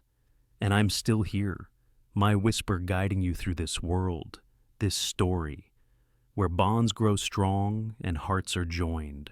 I stand within the walls of Aachen's chapel now, its stones smooth and pale, catching the soft light of dawn filtering through high windows. The air is cool, scented with faint traces of incense and the earthy tang of polished stone, a quiet sanctuary in the heart of Charles's empire. My fingers brush the edge of a carved column, its curves worn by time, and I feel the faith embedded in these walls, a whisper of endurance that will outlast us all. I settle onto a wooden pew, its surface warm from the morning's glow, and I sense the chapel's heartbeat, a testament to a vision that holds the realm together, steady and warm. The chapel is silent, save for the faint echo of my steps and the distant chirp of birds outside. I can see the altar ahead, simple yet adorned with a golden cross, its surface gleaming softly. Each stone here was chosen with care, laid under Charles's watchful eye. A place not just for worship, but for unity, where his people can gather as one. I close my eyes for a moment, imagining the voices that will fill this space, chants rising like mist, prayers weaving through the air, and I feel a peace settle over me, like a blanket on a winter morning, soft and sure. I rise and walk slowly along the aisle, my hands trailing over the pews, their wood polished to a gentle sheen. The light shifts, casting patterns on the floor, and I think of Charles standing here, his head bowed, his heart open. This chapel is his offering, a way to root his empire in something deeper than laws or borders. I can picture him speaking with the builders, his voice calm, his questions precise, ensuring every detail reflects his dream. The air smells of wax, as if candles have just been snuffed, and I let that scent linger, grounding me to this moment, this place. I pause by a window, its glass clear, framing a view of Aachen's waking streets. Outside, I see a cart rolling past, its wheels creaking, and a woman carrying a basket of bread, her steps unhurried. The chapel stands as their anchor. I realize, a place where they can find solace, where the empire's promise feels real. I think of you, listening now, your breath slow, your body sinking deeper into rest. Imagine the chapel's stones, the soft light, the quiet that wraps around you like a shawl. There's no rush here, no need to hold on to every image, just let the story carry you, pulling you towards sleep. I move to the altar, my fingers brushing its edge, cool and smooth, and I feel the weight of this place, not heavy, but comforting, like a hand on your shoulder. Charles knew this. I think he built this chapel to be a hearth, not just for Aachen, but for all his lands, a fire that warms without burning. I can almost hear his voice, low and thoughtful, speaking of faith as a bridge, a way to hold his people close. The silence here is alive, filled with the promise of songs yet to come, and I let that promise fill my mind, hoping it reaches you, soothing like a gentle tide. I step back, finding a corner where the light is softer, and I lean against the wall, its stone cool against my back. The chapel feels timeless, its walls whispering of centuries ahead, when others will stand here, feeling the same calm I do now. Charles's vision is carved into these stones, his belief that faith can bind a realm, and I feel that belief like a glow in my chest, steady and warm. You might feel it too, as your eyelids grow heavy, your thoughts drifting, light as dust in the morning light. My voice is here, soft and steady, guiding you through this world where a chapel stands as a heart, its whisper eternal. I wander to another window, looking out at the sky, now pale blue with streaks of gold. The air outside carries the scent of fresh earth, and I hear the faint clatter of workers beginning their day. This chapel will stand through their lives and beyond, a symbol of Charles's care, his dream of a people united. I let my words stretch, each one gentle, like a breeze moving through the chapel, easing you closer to rest. Picture the stones, the cross's gleam, the quiet that holds you like a cradle. There's no need to hold tight to the story, just let it wrap around you, pulling you deeper into calm. I return to the pew, sitting again, my hands folded in my lap, and I let my gaze drift over the chapel's arches, their lines graceful, like a song carved in stone. I think of Charles, not as an emperor, but as a man who knelt here, his heart full of hope for his people. His faith is here, in every stone, every beam, and I feel it, like a warmth that never fades. Let that warmth reach you now, settling over you like a dream, pulling you gently towards sleep. The chapel's silence is a lullaby, its light a guide, and I'm still here, my whisper carrying you through this night, this tale, where stones whisper of unity and peace. I close my eyes again, just feeling the chapel, the cool air, the faint scent of incense lingering. The world outside fades, leaving only this moment, this place. And I hope you feel it too, as you drift closer to rest, your mind softening, your body heavy. The chapel stands, its heart beating for an empire, for you, and I let that heartbeat carry my words, slow and unhurried, easing you into dreams. The stones fade, but their whisper remains, a light in my chest, and I'm still here, guiding you through this story, this world, where faith endures like a warm embrace. I sit by a candlelit table now, in a small chamber warmed by a crackling fire, its light dancing on the rough stone walls. The air is soft, scented with the faint sweetness of wax and the earthy tang of polished wood. A cozy haven within Aachene's growing heart. Outside, winter wraps the world in quiet, but here I share tales of Charles's laws, stories of fairness and order that bind his empire like threads in a quilt. I settle back in a sturdy chair, my hands resting on its worn arms, and I feel the gentle strength of his justice, a glow that warms the night, steady and sure. The fire pops softly, sending a spark upward, and I hear the distant howl of wind, muffled by the chamber's thick walls. I can picture Charles in rooms like this, his advisors gathered, their voices low as they craft laws to guide a diverse realm. His decrees are simple but deep, like roots sinking into soil, taxes that don't crush, courts that listen, protections for the weak. I imagine him leaning over a parchment, his quill pausing as he chooses each word, his eyes thoughtful, ensuring every law feels like a promise kept.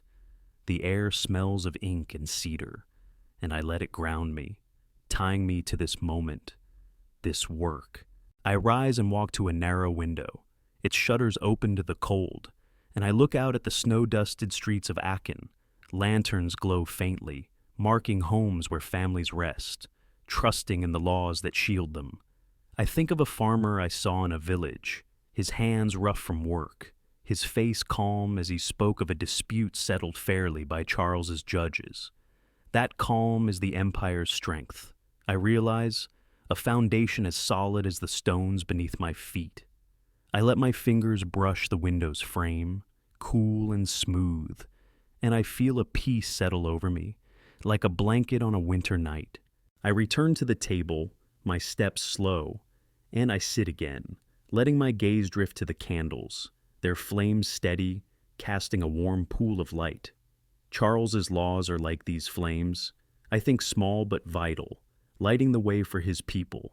I can picture a merchant in a market, his scales honest because he knows the law watches, or a widow keeping her land because justice stands with her. These stories, shared in halls and homes, weave the empire together, and I feel their warmth, like a fire shared by many. You might feel it too, as you sink deeper into your bed, your breath slow, your body heavy with rest. I lean back, the chair creaking softly, and I think of you, listening now, your thoughts drifting like snowflakes in the quiet. Imagine this chamber, the fire's glow, the candle's light, the tales of laws that hold a realm in balance. There's no rush here, no need to hold on to every word, just let the story wrap around you, pulling you towards sleep. My voice is soft, steady, guiding you through this world where justice burns gently, like a hearth in the dark. The wind outside fades, leaving only the fire's crackle, the chamber's calm, and I want you to feel that calm, easing you closer to dreams. I rise again, moving to the hearth, my hands outstretched to the warmth, the flame's heat soaking into my palms. I picture Charles riding through his lands, stopping to hear a villager's plea, his nod slow, his judgment fair. His laws aren't just rules, but acts of care, like a farmer tending his fields, ensuring each grows strong. I can almost smell the wax melting from the candles, its sweetness lingering, and I let that scent carry me, hoping it reaches you, soothing like a memory of home. The chamber feels alive, its pulse steady, and I want you to feel that rhythm, that warmth, as you drift toward rest. I step back, finding a corner where the light is softer, and I lean against the wall, its stone cool against my shoulder. The firelight plays on the table, the parchments, the empty chairs, and I think of the countless nights spent here, shaping laws that touch every corner of the empire. Charles's heart is in this work, his belief that fairness can unite, and I feel that belief, like a glow that never fades. Let it settle over you. The chamber's quiet, the fire's warmth, the story's gentle pull, easing you deeper into calm. My voice is here, a whisper, carrying you through this night, this tale, where laws are a warm embrace. I wander back to the window, looking out at the stars, sharp against the black sky, each one a story, a law, a hope. The snow falls gently now, blanketing Aachen, and I hear the faint creak of a cart in the distance, its driver trusting the roads are safe. Charles's laws make that trust possible, and I let that thought linger, like a dream taking shape. You might feel it too, as your eyelids grow heavy, your mind softening, the world fading into a gentle hum. Picture the candles, the fire-lit table, the quiet work of justice, all woven together like a quilt, each piece fitting perfectly. I return to the chair, sitting once more, my hands folded in my lap, and I let my words stretch, each one slow, like a caress. The empire's heart beats here, in the laws that protect, in the stories shared by firelight, in Charles's care for his people.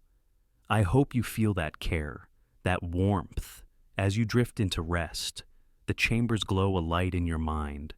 The fire fades, but its warmth remains, a promise in my chest, and I'm still here, my whisper guiding you through this world, this story, where justice endures like a steady flame, pulling you softly toward dreams. I linger in a candlelit scriptorium now, its air heavy with the scent of parchment and ink, the faint sweetness of beeswax drifting from flickering flames. The room is quiet, save for the soft scratch of quills moving across vellum, each stroke a dance of thought preserved. Ashen scholars work here, their hands steady, their minds weaving the empire's knowledge into words that will endure. I settle onto a wooden stool, my fingers brushing the smooth edge of a table, and I feel the gentle pulse of learning, like a hearth fire kindling the dark, its glow warm and eternal. The scriptorium hums with purpose. I see a monk, his robe brushing the stone floor, leaning over a manuscript, his quill tracing letters with care. The candlelight catches the gold in his ink, a fleeting shimmer, and I can smell the leather of the book's binding, worn but strong. Another scholar murmurs softly, reading a line from an ancient text, his voice a whisper that blends with the quill's rhythm. These men are keepers of stories, of laws, of faith, and I feel their devotion, like a thread tying the past to the future, binding Charles's empire and wisdom. I rise and walk to a shelf, my hands trailing over the spines of bound volumes, their covers etched with simple designs. Each book is a treasure, saved from time's grasp, and I think of Charles, who cherishes this work. I picture him here, his broad frame filling the doorway, his eyes bright as he listens to a scholar explain a text. His questions are thoughtful, his nods slow, and I can see the respect in the room, the way his presence lifts their task. The air is cool, a draft slipping through a high window, and I let it brush my face, grounding me to this moment, this place. I pause by a window, its shutters open to the night, and I look out at Aachen's silhouette, the chapel's arches soft against the stars.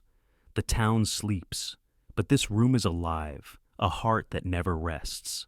I think of the villages I've walked through, their people trusting in the empire's strength, unaware of the quills that guard their stories. Charles knows this. I realize he sees knowledge as a root, deep and nourishing, and I feel that root, like a warmth in my chest, steady and sure. You might feel it too, as you sink deeper into your bed, your breath slow, your thoughts drifting like leaves on a quiet stream. I return to the table, sitting again, my hands folded in my lap, and I watch the scholars work, their focus a kind of prayer. The candlelight pools on the parchment, softening the room's edges, and I imagine the words they write tales of faith, records of laws, poems of the land. These are Charles's legacy, as much as his crown, and I can almost hear his voice, low and warm, encouraging this labor. The quill's scratch is a lullaby, steady and soothing, and I let it fill my mind, hoping it reaches you, easing you closer to rest. The scriptorium feels timeless, its pulse gentle, and I want you to feel that rhythm, that warmth, as you drift towards sleep. I rise once more, moving to a corner where a single candle burns, its flame small but unwavering. I think of you, listening now, your body heavy, your mind softening like wax in the light. Imagine the scriptorium, the quill's dance, the parchment's scent, the quiet work of preserving light. There's no rush here, no need to hold on to every detail, just let the story wrap around you, pulling you toward calm. My voice is soft, a whisper guiding you through this world where knowledge breathes, where a hearth burns for the mind, the candles flicker, their glow a promise, and I'm still here, carrying you through the night. I step back to the window, the cool air brushing my face, and I hear the faint rustle of Aachen street settling into silence. The stars are bright, each one a thought preserved, a story saved, and I think of Charles, his heart tied to this room, to the scholars who labor here. His empire is stronger for it, its roots deeper, and I feel that strength, like a glow that never fades. Let it settle over you, the scriptorium's calm, the candle's warmth, the story's gentle pull, easing you deeper into rest. The quills continue, their rhythm a song, and I want you to feel that song, soothing like a familiar dream. I return to the stool, sitting once more, my gaze drifting over the scholars, their heads bent, their hands steady. The room is a sanctuary, a place where time slows, where the empire's heart beats in every written word. I picture Charles leaving this room, his cloak catching the candlelight, his mind full of ideas that will shape his realm. The air smells of ink, sharp and clean, and I let that scent linger, hoping it wraps around you like a blanket on a quiet night. The scriptorium fades, but its light remains, a warmth in my chest, and I'm still here. My words a whisper, guiding you through this tale, this world, where the quills dance indoors like a warm embrace. I close my eyes for a moment, just feeling the room, the candles glow, the faint scratch of quills.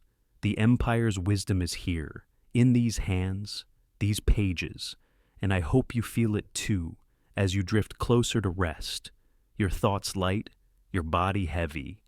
The scriptorium's heart beats for you, for Charles, for all who seek light, and I let that heartbeat carry my words, slow and unhurried, easing you into dreams.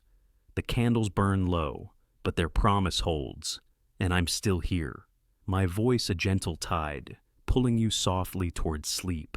I drift along a quiet river now, its waters smooth and glinting under a pale morning sky, the air fresh with the scent of damp grass and blooming clover.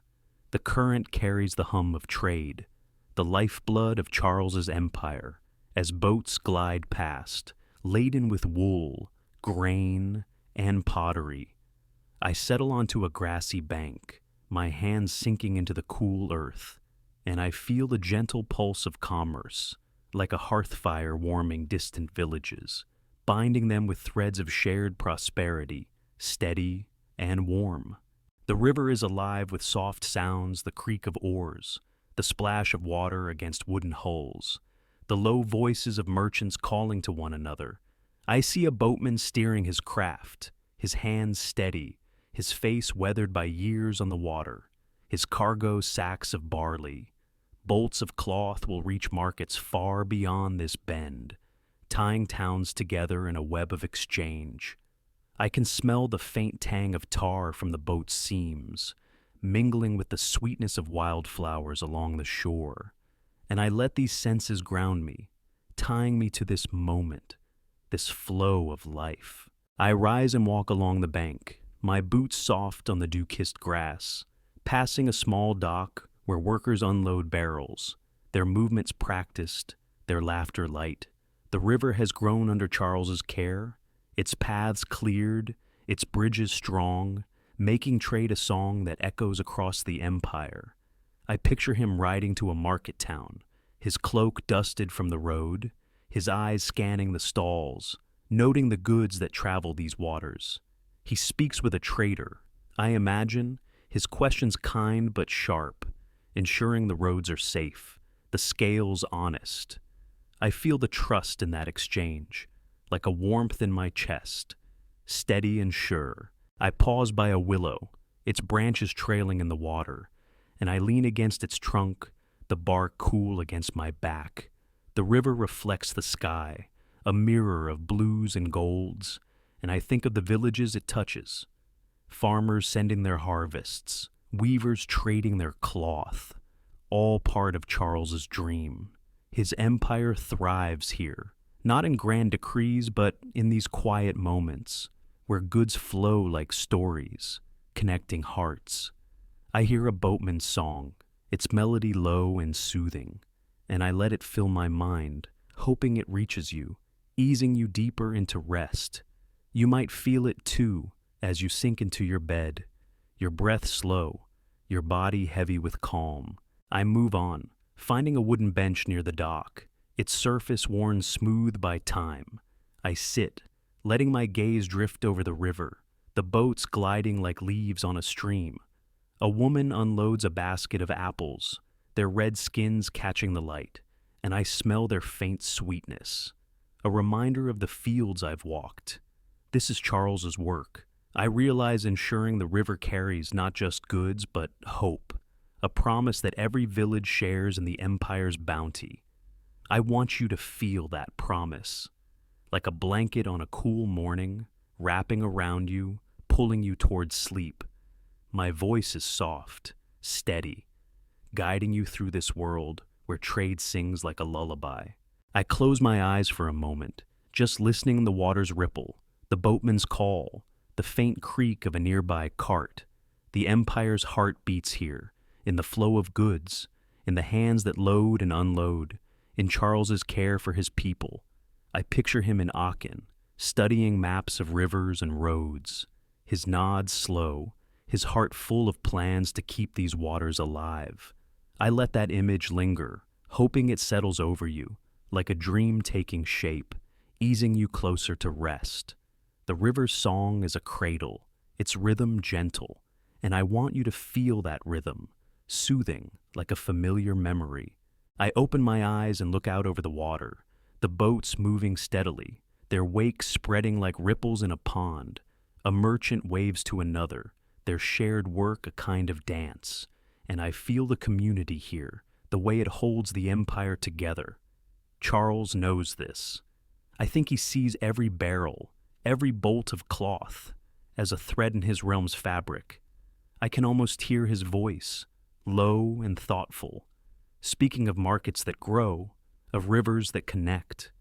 The air is warm, the sky endless, and I let my words stretch, each one a gentle nudge, pulling you deeper into calm. I rise from the bench, my steps unhurried, and I walk back along the bank, the grass soft under my feet. The river sparkles, catching the morning light, and I pause, feeling the day's warmth on my face. I think of you, listening now, your thoughts drifting, light as the boats on the water. Imagine the river, the docks, the merchant's quiet hum, all woven together like a quilt, each piece fitting perfectly. There's no rush here, no need to hold on to every image, just let the story cradle you, pulling you toward dreams. The empire's prosperity flows here, and I'm still here, my whisper guiding you through this night, this tale where trade binds like a warm embrace. I kneel by the water's edge, watching the current carry a leaf downstream, and I let my voice soften, my words flowing like the river, smooth and unhurried. Charles's care is here, in every boat, every market, every hand that trades, and I hope you feel that care, that warmth, as you drift into rest. The river fades, but its song remains, a light in my chest, and I'm still here, my voice a gentle tide, pulling you softly towards sleep, where the empire's heart beats steady and true. I stand on a gentle hill now, overlooking the sprawling lands of Charles's empire, the horizon soft with the haze of dawn. The air is crisp, scented with dew and the faint musk of earth, as fields and forests stretch far, stitched together by the heartbeat of a unified realm. I feel Charles's vision pulsing here, a quiet force binding distant villages into one family, like a hearth's glow reaching every corner of a home. I settle onto a mossy stone, my hands resting on its cool surface, and I sense the empire's heart, warm and steady, a dream made real through care and patience. The world below is waking. I hear the distant lowing of cattle, the creak of a cart rolling through a village, the soft laughter of children chasing the morning light. My gaze drifts over rivers glinting like silver threads, carrying boats to markets, and roads winding through hills, linking towns with paths of trust. I can smell the grass, fresh and green, and feel the breeze, gentle as a sigh, brushing my face. This is Charles's work. I think not in conquest, but in connection, weaving a tapestry where every thread matters, every life a part of the whole. I rise and walk down the hill, my boots soft on the damp earth, toward a cluster of houses nestled by a stream.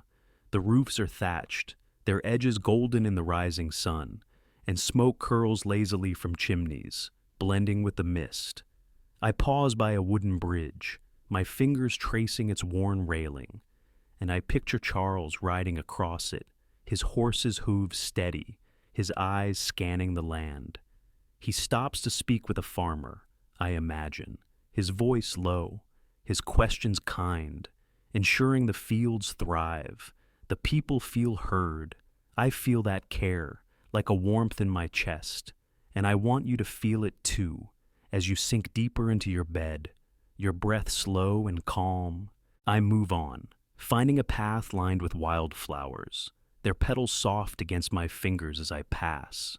The stream murmurs nearby, its rhythm soothing, like a lullaby sung by the land itself. I think of the empire's reach, Saxons in the north, Franks in the heart, traders in the south, all bound by Charles's dream of unity. He's not a distant ruler, but a presence, felt in every market, every chapel, every shared meal. I can almost hear his voice, steady and warm, speaking of a realm where no one stands alone. And I let that voice carry me, hoping it reaches you, easing you closer to rest. I find a bench under a broad oak, its shade cool and inviting, and I sit, letting my gaze drift over the landscape. A woman tends a garden nearby, her hands gentle as she pulls weeds, and I smell the earth, rich and alive. This is the empire's strength. I realize in the quiet lives, the daily work, the trust that binds them. Charles knows this. I think he sees every village as a hearth, every person as kin. You might feel it too, as your thoughts drift, light as the breeze, your body heavy with rest. Imagine the fields, the stream, the houses, all woven together like a quilt, each piece fitting perfectly. I close my eyes for a moment, just listening the stream's ripple, the bird's morning song, the faint clatter of a loom from a nearby home. The empire's heartbeat echoes here, in the land's rhythm, in Charles's vision that holds it all together. I picture him in Aachen, his advisors gathered, their voices soft as they plan for roads, for laws, for peace. His nod is slow, his heart full, and I let that image linger, hoping it wraps around you like a dream taking shape, pulling you gently towards sleep. My voice is soft, a whisper guiding you through this world where unity pulses like a warm embrace. I open my eyes and look out over the valley, the sun climbing higher, casting long shadows across the fields. A man leads a horse to water, his steps unhurried, and I feel the community here, the way it roots the empire deep. Charles's vision is alive in these moments, in the shared work, the quiet trust, and I can almost see him, his cloak catching the wind, his eyes bright with hope.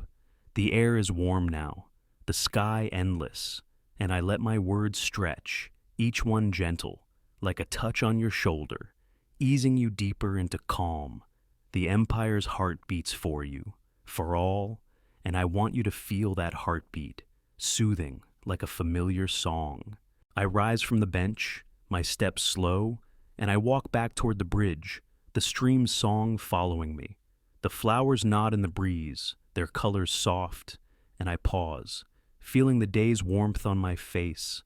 I think of you, listening now, your thoughts light, your mind softening like the morning mist. Picture the valley, the houses, the stream's gentle flow, all part of a realm held together by care. There's no rush here, no need to hold on to every image, just let the story cradle you, pulling you toward dreams. The empire's unity is here, and I'm still here, my voice a gentle tide, carrying you through this night, this tale, where a vision binds like a warm hearth. I kneel by the stream, watching the water catch the sunlight, and I let my voice soften, my words flowing like the current, smooth and unhurried. Charles's heart is here, in every field, every path, every life, and I hope you feel that heart, that warmth, as you drift into rest.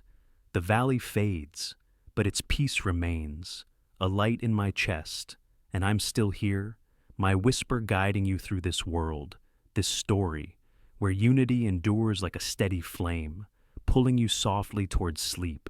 I step softly into a village square, the night air warm and fragrant, woven with the scent of blooming lilacs and the faint earthiness of a nearby bonfire. Lanterns dangle from wooden beams, their golden light spilling across the cobblestones, casting a gentle glow that feels like a welcome. The village is gathered for a festival, a celebration of harvest and unity beneath a sky dusted with stars, each one twinkling like a whispered wish. I find a wooden bench at the square's edge, its surface worn smooth by time, and I settle down, feeling the warmth of this moment, like a hearth fire drawing hearts together, steady and radiant. The square hums with quiet delight. I see families passing wooden platters of warm bread and soft cheese, their voices blending into a soft murmur, like a stream over smooth stones. Children skip through the crowd, their laughter light, their hands waving ribbons that catch the lantern light. A man offers me a clay cup of spiced cider, its heat seeping into my fingers, and I sip it, tasting the gentle sweetness of apples warmed with nutmeg. The air carries the scent of roasted almonds and fresh straw scattered for dancing, and I let these senses envelop me, anchoring me to this place, this night where Charles's empire blooms in shared joy. I rise and wander slowly through the gathering, my steps unhurried, my cloak brushing against a table laden with woven baskets and jars of golden honey. I can imagine Charles here, not as a lofty emperor, but as a friend, his laughter warm as he joins the villagers in a simple reel. He's walked squares like this, I know, his presence ensuring peace holds, allowing these nights where Franks and Saxons share songs as one. I see a grandmother guiding a boy in a dance, their steps gentle, their smiles bright, and I feel the unity, a thread stitching the empire's heart, soft as the glow around us. I pause by the bonfire, its flames swaying softly, their warmth kissing my face, the logs settling with a quiet crackle that feels like a heartbeat. I think of you, listening now, your breath slowing, your body sinking into the softness of your bed. Picture the square, the lantern's shimmer, the faint strum of a lute, all woven together like a blanket, each fold perfect. There's no hurry here, no need to cling to every detail, just let the story hold you, easing you towards sleep. My voice is gentle, steady, guiding you through this world where joy glows like a hearth under the stars. I slip to a quieter corner, leaning against a stone wall, its coolness soothing against my shoulder. The music shifts, a woman's voice rising in a folk song, her notes soft, like a lullaby cradling the night. I can almost see Charles smiling at this, his heart full, knowing his care, his roads. His laws makes these gatherings possible, where people meet as family. The air holds the faint perfume of roses from a nearby garden, and I breathe it in, hoping it reaches you, calming like a memory of spring. The festival feels alive, its rhythm gentle, and I want you to feel that rhythm, that warmth, as you drift closer to rest. I close my eyes for a moment, just listening the lute's hum, the fire's murmur, the soft ripple of laughter. This is the empire's pulse. I think in the shared moments, the hands joined in dance, the songs that linger in the air. I picture Charles and Aiken, hearing of these nights, his nods slow, his eyes warm with quiet pride. I let that image settle, hoping it wraps around you like a dream forming, pulling you gently towards sleep. My voice is a whisper, carrying you through this world where celebration binds like a warm embrace, where unity shines in every smile. I open my eyes and gaze at the stars, their light sharp and endless, each one a note in the night's melody. A young couple shares a quiet moment by a table, their fingers entwined, their faces soft in the firelight, and I see the love that strengthens Charles's realm. His vision thrives here, in the joy that lights these nights. And I feel that vision, like a glow in my chest, steady and true. Let it settle over you, the festival's warmth, the song's hum, the story's gentle tug, easing you deeper into calm. The lanterns sway, their light a promise, and I'm still here, guiding you through this night, this tale, where togetherness endures. I wander back toward the square's heart, my steps soft, passing women threading daisies into garlands, their voices low, their laughter like a breeze. The firelight catches the flowers, making them gleam, and I feel the community here, the way it roots the empire deep. Charles knows this. I think he sees every dance, every shared cup, as a thread in his realm's weave. I can almost hear his voice, warm and thoughtful, speaking of peace that lets these nights unfold. The air is sweet, the stars boundless, and I let my words stretch, each one gentle like a caress, pulling you deeper into rest. I find another bench, sitting once more, my hands resting in my lap, and I let my gaze drift over the festival, the people, the fire's glow. The empire's heart beats here, in the joy that binds, in Charles's care that makes it possible.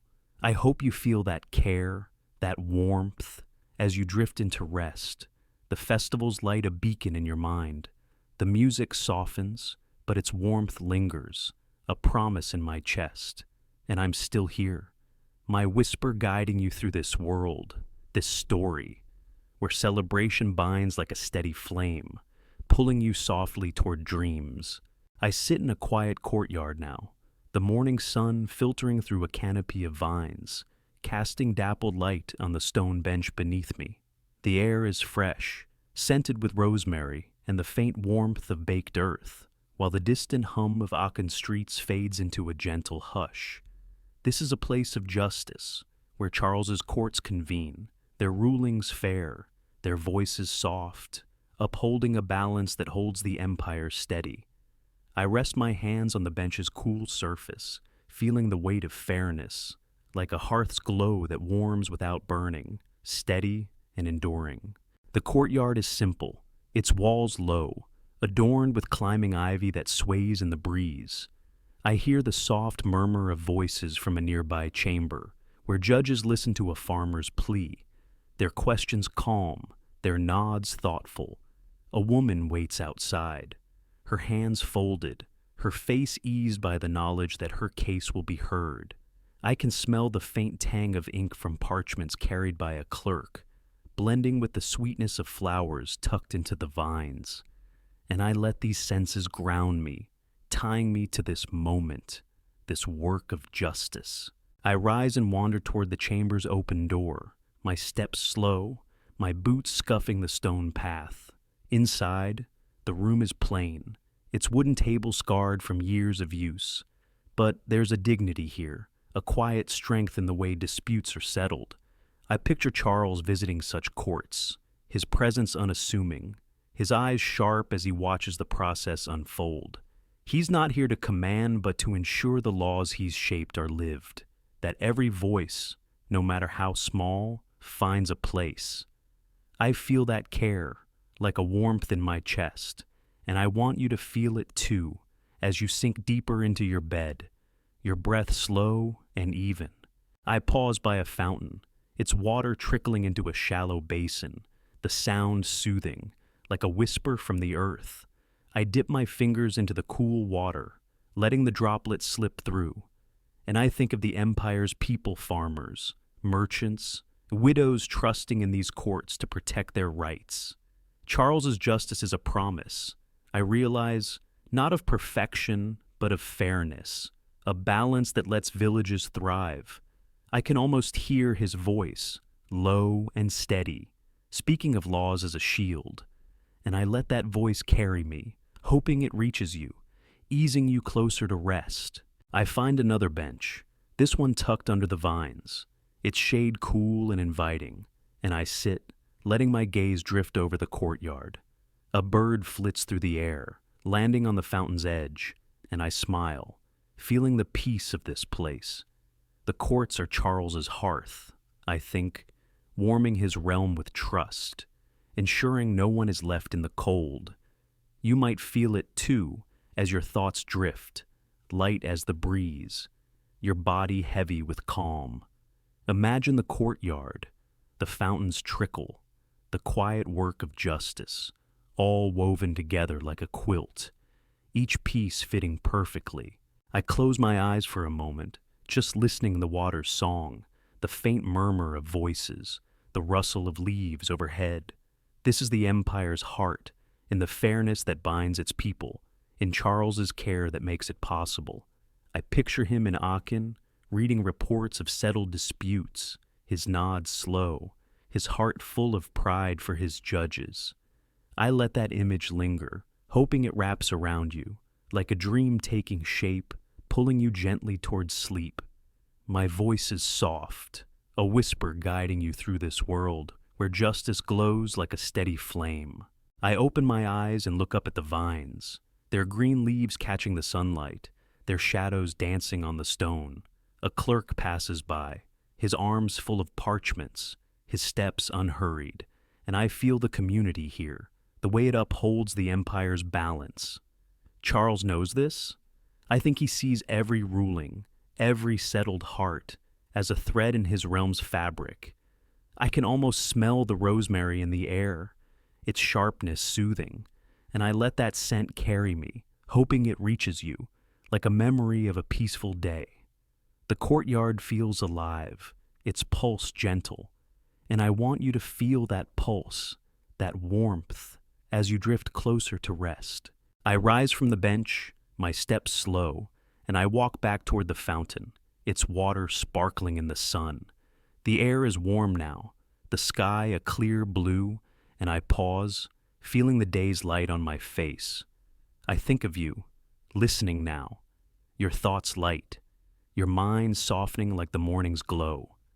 Picture the courtyard, the vines, the fountain's gentle song, all part of a realm held together by fairness.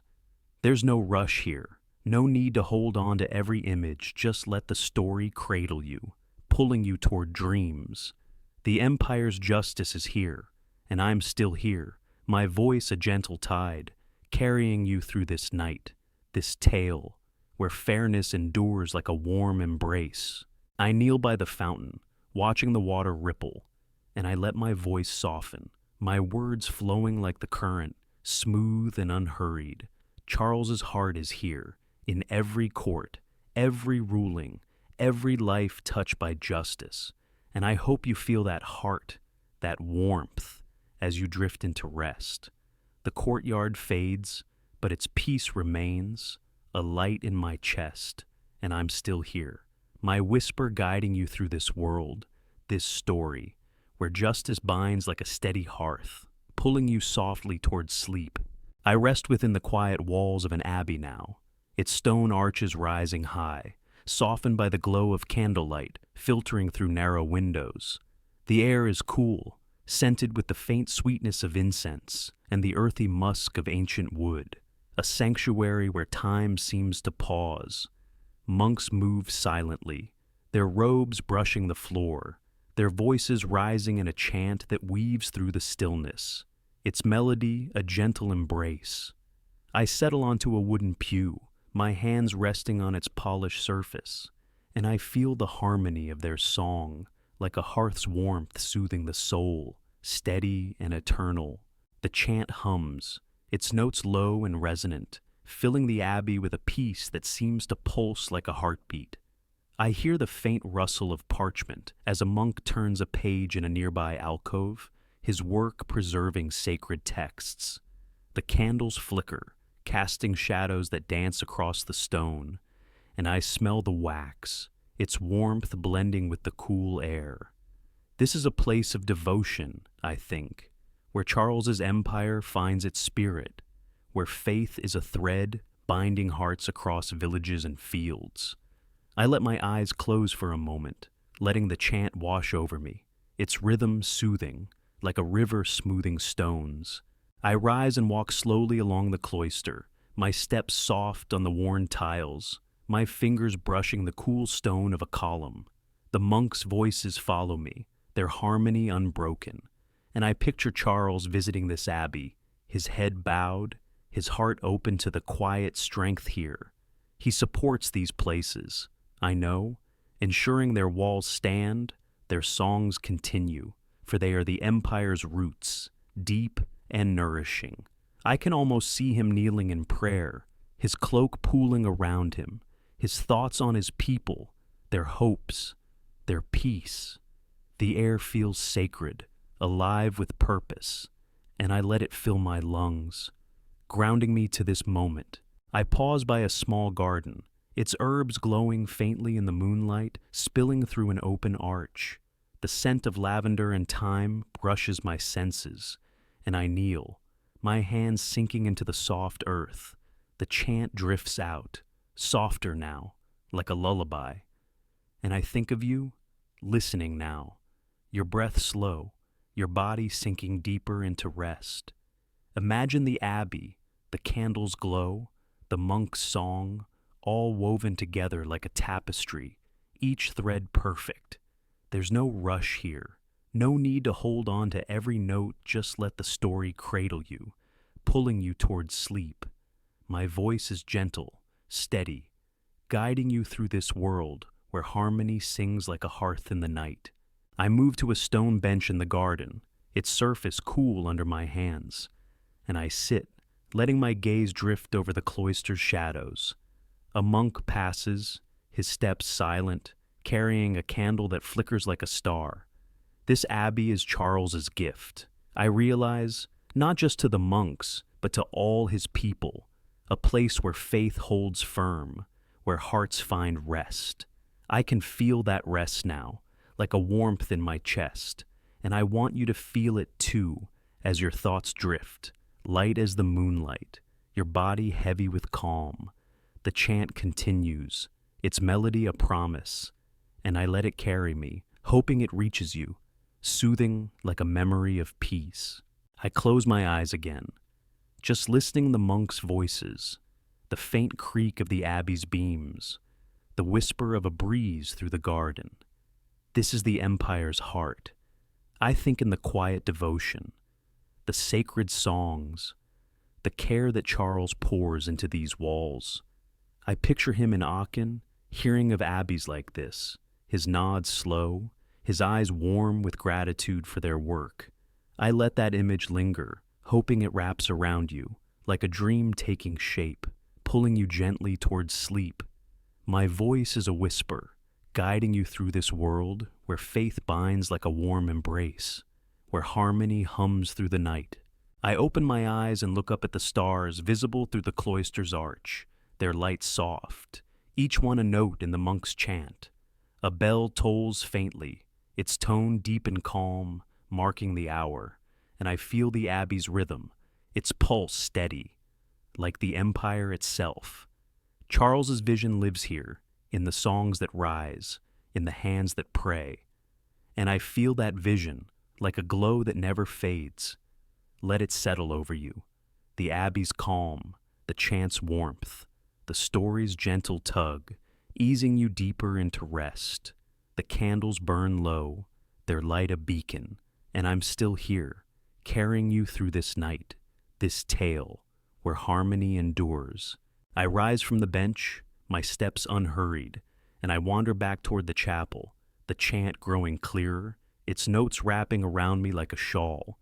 The air carries the scent of rosemary from the garden, and I breathe it in, hoping it reaches you, calming like a familiar dream.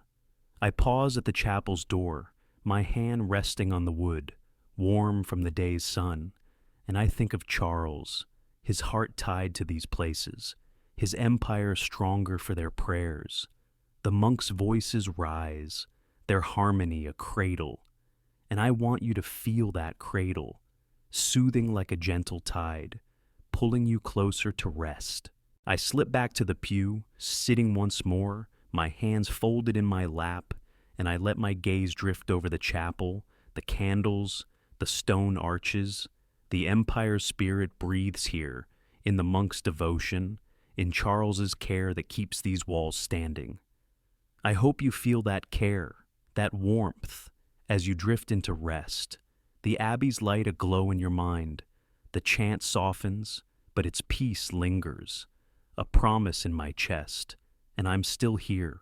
My whisper guiding you through this world, this story, where sacred songs bind like a steady flame, pulling you softly toward dreams. I walk along a winding road now, its stones smooth by countless feet, the air soft with the scent of wild thyme and sun-warmed dust. The path stretches through rolling hills, connecting villages and towns across Charles's empire, each step a thread in the realm's vast tapestry. I hear the distant creak of a cart, the low hum of travelers sharing tales, and I feel the empire's pulse, alive in these roads that carry people closer, like a hearth's warmth reaching far. I settle onto a grassy bank, my hands brushing the soft blades, and I sense the quiet strength of connection, steady and warm. The road is alive with gentle movement.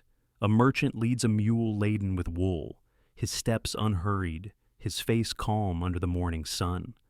I smell the faint musk of the animal, blending with the sweetness of clover growing along the path, and hear a woman singing softly as she walks, her basket brimming with herbs. These roads are Charles's work, I think cleared of bandits, bridged over rivers, safe for those who travel.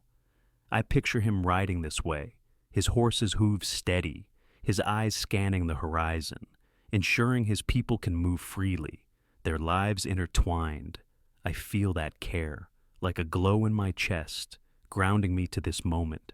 I rise and follow the path, my boots scuffing the stones, passing a milestone carved with simple marks, its surface warm under my fingers. The hills roll gently, dotted with grazing sheep, their bleat soft in the distance, and I think of the villages. These roads touch markets bustling, families visiting kin, stories shared under lantern light. Charles's empire thrives here, not in grand halls, but in the quiet journeys, the hands that clasp at journey's end. I can almost see him pausing at a crossroads, speaking with a traveler, his voice kind, his questions thoughtful, weaving trust into every mile. I pause by a small stream crossing the road, its water clear, gurgling over pebbles, and I kneel, letting my fingers dip into the cool flow. The sound is soothing, like a lullaby, and I think of you, listening now, your breath slow, your body sinking deeper into rest. Imagine the road, the hills, the stream's gentle song, all woven together like a quilt, each piece fitting perfectly. There's no rush here, no need to hold on to every detail, just let the story cradle you, pulling you towards sleep. My voice is soft, steady, guiding you through this world where roads connect like a hearth's embrace. I find a wooden bench under a lone oak, its shade cool and inviting, and I sit, letting my gaze drift over the landscape. A family passes, their cart piled with hay, their laughter light, and I smile, feeling the warmth of their bond. These roads carry more than goods, they carry hope, the promise that no village stands alone. Charles knows this. I think he sees every path as a vein, pulsing with the empire's life. I can smell the grass, fresh and green, and let that scent carry me, hoping it reaches you, soothing like a memory of a summer day. The road feels alive, its rhythm gentle, and I want you to feel that rhythm, easing you closer to rest. I close my eyes for a moment, just listening the stream's murmur, the cart's creak, the faint call of a bird overhead. This is the empire's heart. I think in the journeys that bind, in the paths that lead home, in Charles's care that keeps them safe. I picture him in Aachen, studying maps of these roads, his nods slow, his heart full of plans to keep them open. I let that image linger, hoping it wraps around you, like a dream taking shape, pulling you gently towards sleep. My voice is a whisper, carrying you through this world where connection flows like a warm tide. I open my eyes and look down the road, its curve vanishing into the hills, the sunlight catching the stones, making them glow. A traveler waves to another, their shared journey a quiet dance. And I feel the community here, the way it holds the empire together. Charles's vision lives in these paths, in the trust that grows with every step, and I can almost hear his voice, low and warm, speaking of a realm linked by roads that never end. The air is soft, the sky endless, and I let my words stretch, each one gentle, like a breeze through the grass, pulling you deeper into calm. I rise from the bench, my steps slow, and I walk further, the road stretching ahead, its stones warm under my feet. A flock of birds rises from a nearby field, their wings a soft rustle, and I pause, feeling the day's light on my face. I think of you, listening now, your thoughts drifting, light as the birds, your mind softening like the morning's glow. Picture the road, the stream, the hills, all part of a realm held together by care. There's no need to hold tight to every image, just let the story cradle you, pulling you toward dreams. The empire's paths are here, and I'm still here. My voice a gentle current, carrying you through this night, this tale where connection endures. I kneel by the stream again, watching the water catch the sunlight, its ripples dancing like laughter. I let my voice soften, my words flowing like the stream, smooth and unhurried. Charles's heart is here, in every road, every traveler, every life linked by these paths. And I hope you feel that heart, that warmth, as you drift into rest. The road fades, but its promise remains, a light in my chest, and I'm still here, my whisper guiding you through this world, this story, where paths bind like a steady hearth, pulling you softly towards sleep. I stand before a grand palace now, its stone walls rising high, their surfaces carved with intricate patterns that catch the soft light of dusk. The air is warm, scented with the faint sweetness of blooming roses from a nearby garden and the earthy tang of polished stone. Aachene's heart beats here, in these halls built by Charles's vision, symbols of a legacy meant to endure through centuries. I settle onto a low bench by the palace gate, my hands resting on its smooth marble, and I feel the quiet strength of this place, like a hearth fire kindled for generations, steady and warm. The palace hums with subtle life. I hear the soft clink of a guard's armor as he paces, the distant murmur of voices from within, and the rustle of leaves in the evening breeze. Torches flicker along the walls, their golden light pooling on the cobblestones, and I smell the faint smoke, blending with the rose's perfume. These stones are more than a building. I think they're Charles's promise, a home for his empire's dreams, where laws are written, faith is honored, and unity takes root. I let my fingers trace the bench's edge, cool and solid, grounding me to this moment, this monument of care. I rise and walk slowly toward the entrance, my boots soft on the stone path, passing columns that soar like ancient trees. I can picture Charles here, his cloak sweeping behind him, his steps steady as he moves through these halls. He's not just an emperor, but a builder, ensuring each arch, each window, speaks of strength and peace. I imagine him pausing in a great hall, his eyes tracing the carved beams, his heart full of hope for his people. The air feels alive, heavy with purpose, and I let it wrap around me like a blanket on a quiet night, tying me to this place. I pause by a courtyard, its center graced with a fountain, the water's gentle trickle a soothing melody. I kneel, my fingers brushing the basin's cool rim, and I think of the empire's people farmers, scholars, knights who look to this palace as a beacon. Charles built it for them. I realize, a symbol that their lives matter, that their realm will stand. I can almost hear his voice, low and thoughtful, speaking of a future where these stones still shine, where his vision lives on. I let the fountain's song fill my mind, hoping it reaches you, easing you deeper into rest. Your breath slow, your body heavy with calm. I find a stone bench in the courtyard, its surface warmed by the day, and I sit, letting my gaze drift over the palace's silhouette, its towers soft against the deepening sky. A star appears, faint but growing brighter, and I smile, feeling the peace of this place. This is Charles's legacy, not in conquest, but in creation. A palace that holds the empire's heart. You might feel it too, as your thoughts drift, light as the evening breeze, your body sinking into your bed. Imagine the palace, the fountains hum, the torchlights glow, all woven together like a tapestry, each thread perfect. I close my eyes for a moment, just listening the water's ripple, the guards' quiet steps, the faint rustle of roses in the wind. This is the empire's soul. I think in the stones that stand, in the dreams they hold, in Charles's care that shaped them. I picture him in these halls, his advisors gathered, their voices soft as they plan for peace, for prosperity. His nod is slow, his heart full, and I let that image linger, hoping it wraps around you, like a dream taking shape, pulling you gently towards sleep.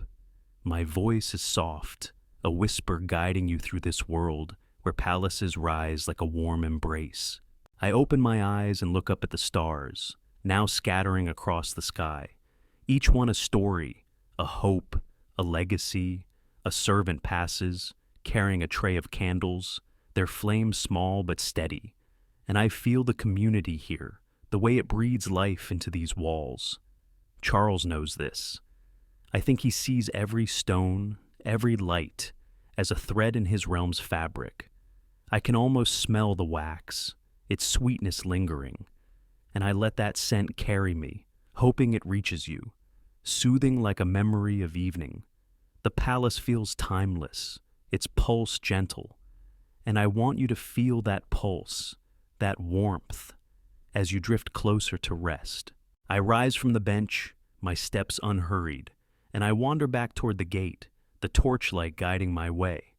The air is cooler now, but it's refreshing, waking my senses just enough to keep me grounded. I pause, my hand resting on a column, its stone warm from the day, and I think of Charles, his heart tied to this palace, his empire stronger for its presence. I let my words stretch, each one gentle, like a breeze through the courtyard, easing you deeper into calm. Picture the palace, the stars, the fountain's song, all part of a realm built to last, a legacy carved in stone.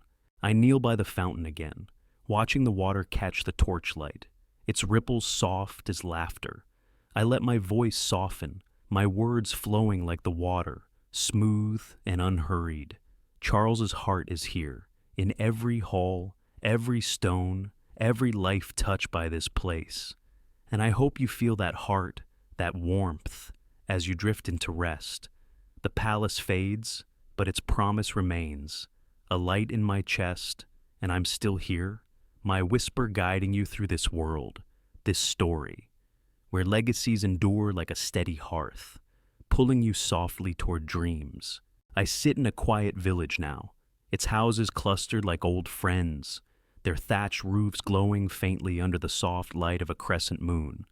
The air is cool, scented with the earthy dampness of evening and the faint sweetness of hay stacked nearby.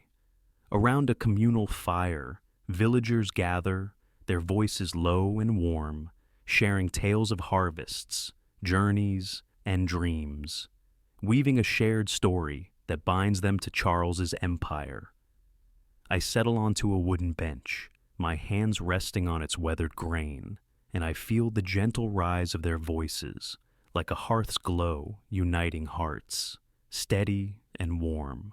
The fire crackles softly, its flames casting a golden light on the faces around me, each one etched with the day's work but softened by this moment. I hear the murmur of an elder recounting a market trip, her words slow, her laughter bright as she describes a kind trader, A young man adds his own tale, his voice shy but growing bolder, speaking of a new road that eased his journey. I smell the faint smokiness of the fire, mingling with the aroma of fresh bread passed among the group, and I let these senses ground me, tying me to this place, this chorus of lives woven into one. I rise and step closer to the fire, my hands outstretched to its warmth, the heat soaking into my palms like a gentle touch. I think of Charles, whose care makes these gatherings possible, whose roads and laws let voices like these rise freely. I can picture him visiting a village like this, sitting among the people, his cloak simple, his ears open to their stories. He listens. I imagine his nods slow, his heart full, knowing each tale strengthens the empire's roots. The air feels alive, heavy with trust, and I let it wrap around me like a blanket on a cool night. I pause by a wooden table, my fingers brushing a loaf of bread, its crust still warm, and I think of you, listening now, your breath slow, your body sinking deeper into rest.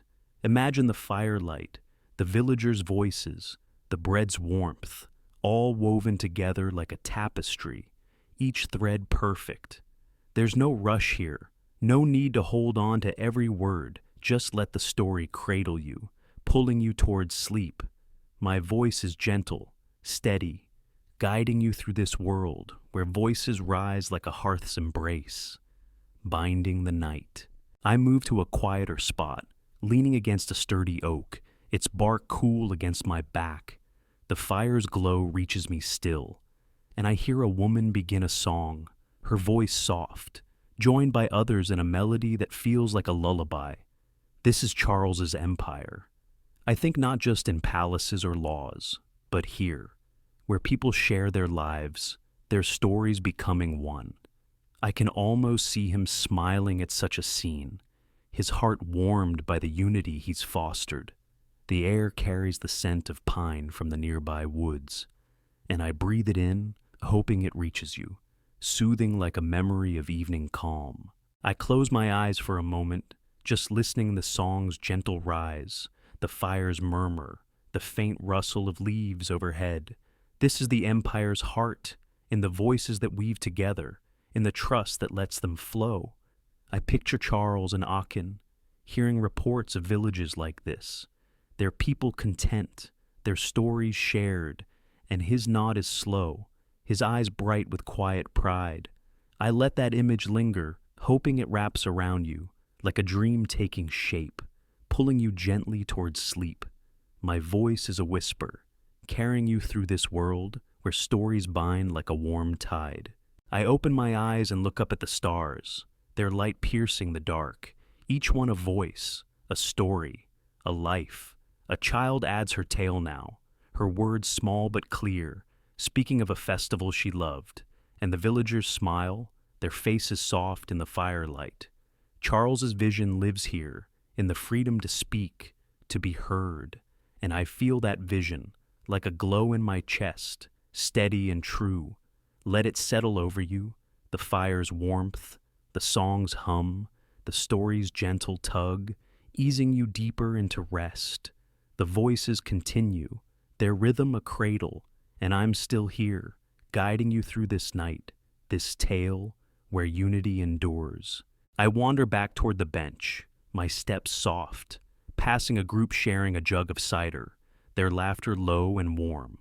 The firelight catches their hands, weathered but kind, and I feel the community here, the way it roots the empire deep. Charles knows this.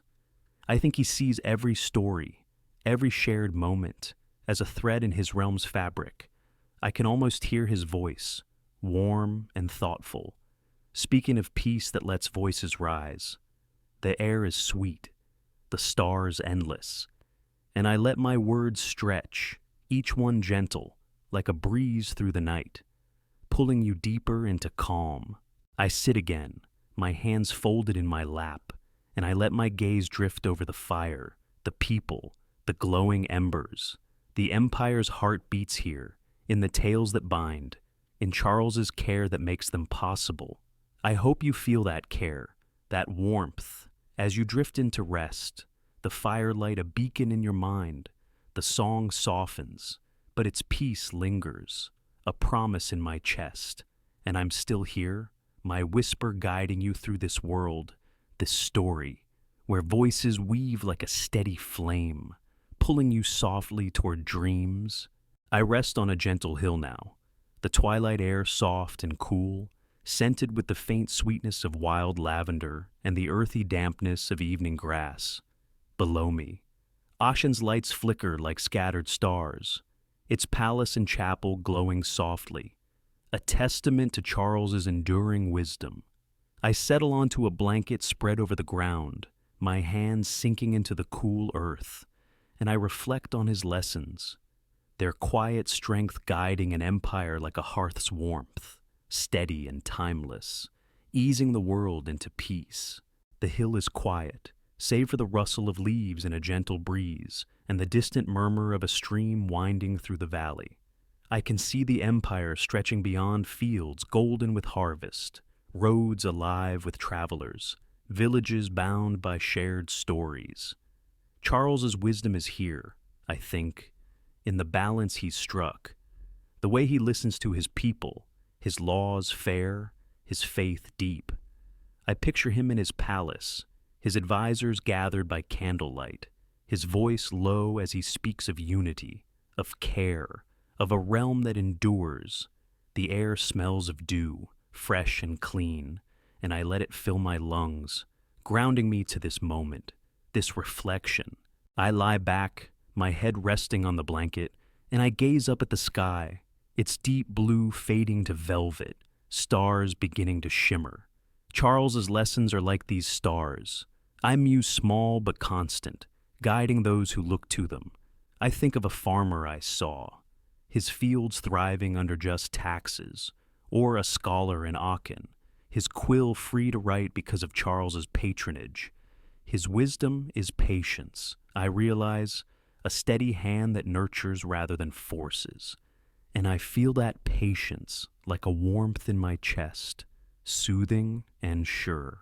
I turn my head, my cheek brushing the soft fabric, and I see a shepherd leading his flock home, his silhouette dark against the twilight.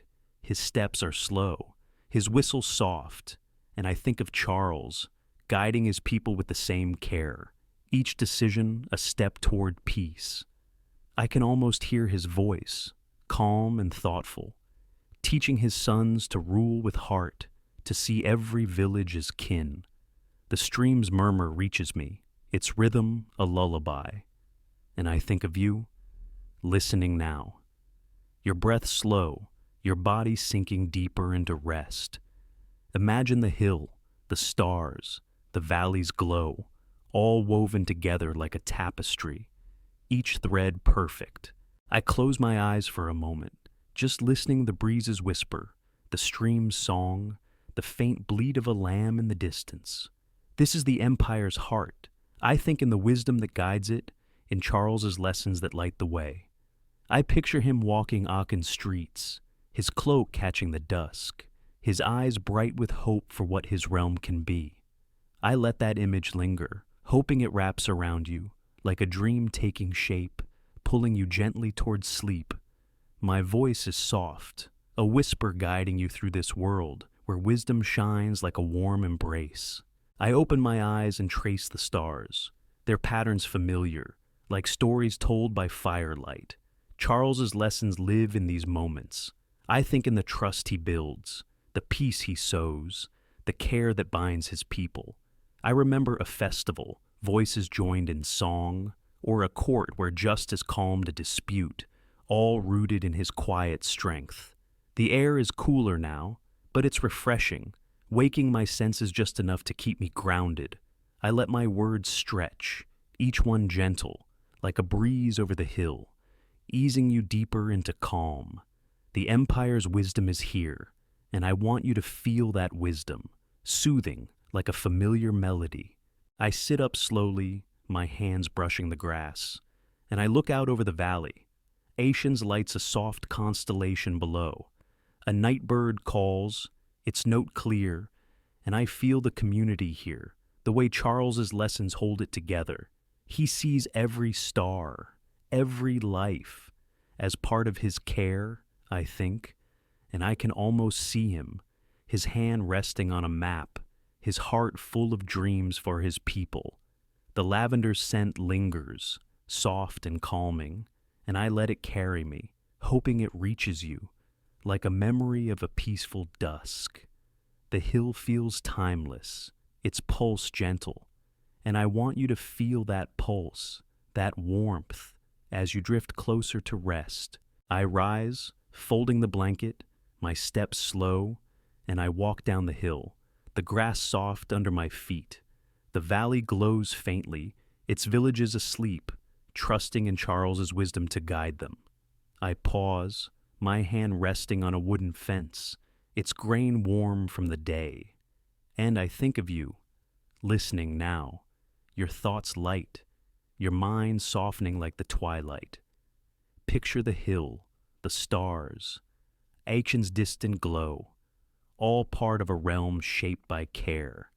There's no need to hold tight to every image, just let the story cradle you, pulling you toward dreams.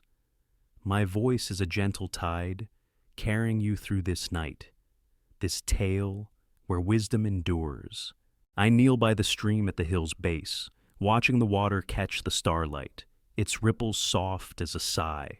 I let my voice soften, my words flowing like the stream, smooth and unhurried.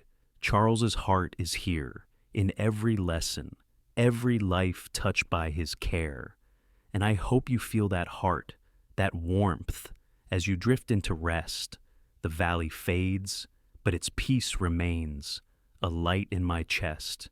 And I'm still here, my whisper guiding you through this world, this story, where wisdom binds like a steady hearth, pulling you softly towards sleep. I stand on a quiet ridge now, the dawn air crisp and fragrant, woven with the scent of dew-kissed grass and distant pine.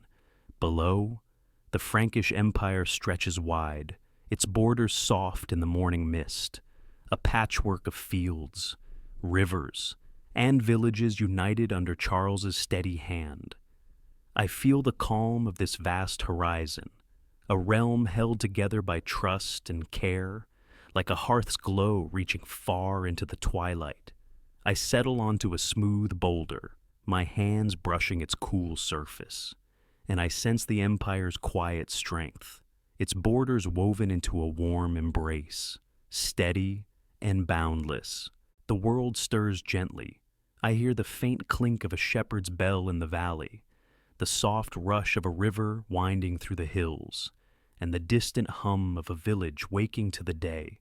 My gaze drifts over the landscape, golden wheat swaying, roads curling like ribbons, forests standing tall, each piece a part of Charles's vision. I picture him riding these borders, his cloak catching the breeze, his eyes tracing the land he's bound together. His work is here, I think, in the peace that lets fields grow, in the trust that joins distant lands. The air smells of earth, rich and alive, and I let it ground me, tying me to this moment. I rise and walk along the ridge, my boots soft on the grass, passing a wooden marker carved with simple runes, its grain warm under my fingers. The Empire's borders are more than lines. I muse their promises, kept by Charles's laws, his knights, his faith. I imagine him pausing here, speaking with a border guard, his voice kind, ensuring no village feels forgotten. I see a farmer in the distance, his cart creaking as he heads to market, safe because these borders hold. I feel that safety, like a warmth in my chest, and I want you to feel it too, as you sink deeper into your bed, your breath slow and calm. I pause by a small spring, its water bubbling clear, catching the first light of day. I kneel, dipping my fingers into the cool flow, and I think of the Empire's reach, Saxons, Franks, traders, all woven into one tapestry by Charles's care. His borders are gentle, I realize, not walls but bridges, inviting all to share in the realm's peace. The spring's murmur is soothing, like a lullaby, and I think of you, listening now, your thoughts drifting, light as the mist. Imagine the ridge, the valley, the spring's song, all woven together like a quilt, each piece perfect. My voice is soft, guiding you through this world where borders unite like a hearth's glow. I find a grassy spot near the spring, sitting cross-legged, my hands resting in my lap, and I let my gaze drift over the horizon. A flock of birds rises from a field, their wings a soft rustle, and I smile, feeling the peace of this place. Charles's empire is strong here, in the quiet connections, the shared hopes that stretch across these lands. I can almost see him in Aachen, studying maps of these borders, his nod slow, his heart full of dreams for his people. The air carries the scent of clover, sweet and calming, and I let it carry me, hoping it reaches you, soothing like a memory of dawn. I close my eyes for a moment, just listening the spring's ripple, the shepherd's bell, the breeze whispering through the grass. This is the empire's heart. I think in the borders that hold without binding, in Charles's wisdom that makes them one. I picture him walking a border village, his steps steady, his laughter warm as he shares a meal with locals. I let that image linger, hoping it wraps around you, like a dream taking shape, pulling you gently towards sleep. My voice is a whisper, carrying you through this world where unity stretches like a warm tide across the land. I open my eyes and trace the horizon, the mist lifting to reveal rolling hills, their curves soft in the growing light. A traveler passes below, his horse plodding steadily, and I feel the community here, the way Charles's borders nurture trust. His vision lives in these moments, in the safety that lets journeys begin, in the care that binds far-flung hearts. I can almost hear his voice, low and thoughtful, speaking of a realm where borders are shared paths. The air is fresh, the sky endless, and I let my words stretch, each one gentle, like a breeze over the ridge, easing you deeper into rest. I rise slowly, my steps unhurried, and I walk further along the ridge, the grass brushing my ankles. A lone tree stands ahead, its branches swaying, and I pause, my hand resting on its bark, warm from the rising sun. I think of you, listening now, your thoughts light, your mind softening like the morning's glow. Picture the ridge, the spring, the distant fields, all part of a realm held together by care. There's no need to hold tight to every image, just let the story cradle you, pulling you toward dreams. My voice is a gentle current, carrying you through this night, this tale, where borders weave a steady hearth. I kneel by the spring again, watching the water catch the sunlight, its ripples dancing like soft laughter. I let my voice soften, my words flowing like the spring, smooth and unhurried. Charles's heart is here, in every border, every life united by his care. And I hope you feel that heart, that warmth, as you drift into rest. The ridge fades, but its peace remains, a light in my chest, and I'm still here, my whisper guiding you through this world, this story, where borders bind like a warm embrace, pulling you softly towards sleep. I sit by a quiet stream now, its waters whispering over smooth stones, the night air soft and cool, scented with the faint sweetness of wild mint and the earthy hush of damp moss. Above, stars blanket the sky, their light gentle, like candles lit for a world at rest. Charles's empire feels close, its story a warm thread woven through every village, every heart I've touched on this journey. I settle onto a soft patch of grass, my hands sinking into the cool earth, and I bid farewell to this tale, letting it fade into dreams like a hearth fire glowing low, steady and warm. The stream murmurs, its rhythm a gentle lullaby, blending with the rustle of leaves in a nearby willow, their branches swaying in the breeze. I think of all I've seen Aachene's rising stones, the scholars' quills, the festival's lanterns, the roads that bind. Charles's vision lives in these moments, a realm built not on force but on care, its people joined by faith, justice, and shared joy. I picture him now, perhaps in his palace, his face softened by candlelight, his heart full of hope for what he's shaped. The air smells of water, clean and pure, and I let it fill my lungs, grounding me to this final moment. I lie back, my head resting on the grass, the stars above a tapestry of light, each one a memory from this tale. I think of the villagers' voices, their stories rising by firelight, or the monks' chants, their harmony a prayer for peace. Charles's empire is their story, too, a legacy of unity that stretches beyond borders, beyond time. I feel that legacy, like a warmth in my chest, soft and sure, and I want you to feel it as you sink deeper into your bed, your breath slow, your thoughts drifting like leaves on the stream. I turn my head, my cheek brushing the cool grass, and I see the stream's surface catch the starlight, its ripples dancing faintly. Charles's lessons linger here, patience, fairness, faith guiding his people like this stream guides its waters, gentle but unyielding. I can almost hear his voice, low and warm, speaking of a realm where every life matters, every heart belongs. The night is quiet, save for the stream's song, and I think of you, listening now, your body heavy, your mind softening like the darkness around me. Picture the stream, the stars, the willows sway, all woven together like a dream, each piece perfect. I close my eyes, just listening the waters whisper, the breezes sigh, the faint call of a night bird. This is the empire's heart. I muse in the quiet moments, the shared dreams, the care that Charles wove into its fabric. I let that heart linger, hoping it wraps around you, pulling you gently towards sleep. My voice is a whisper, guiding you through this world where stories fade into rest, where unity glows like a final ember.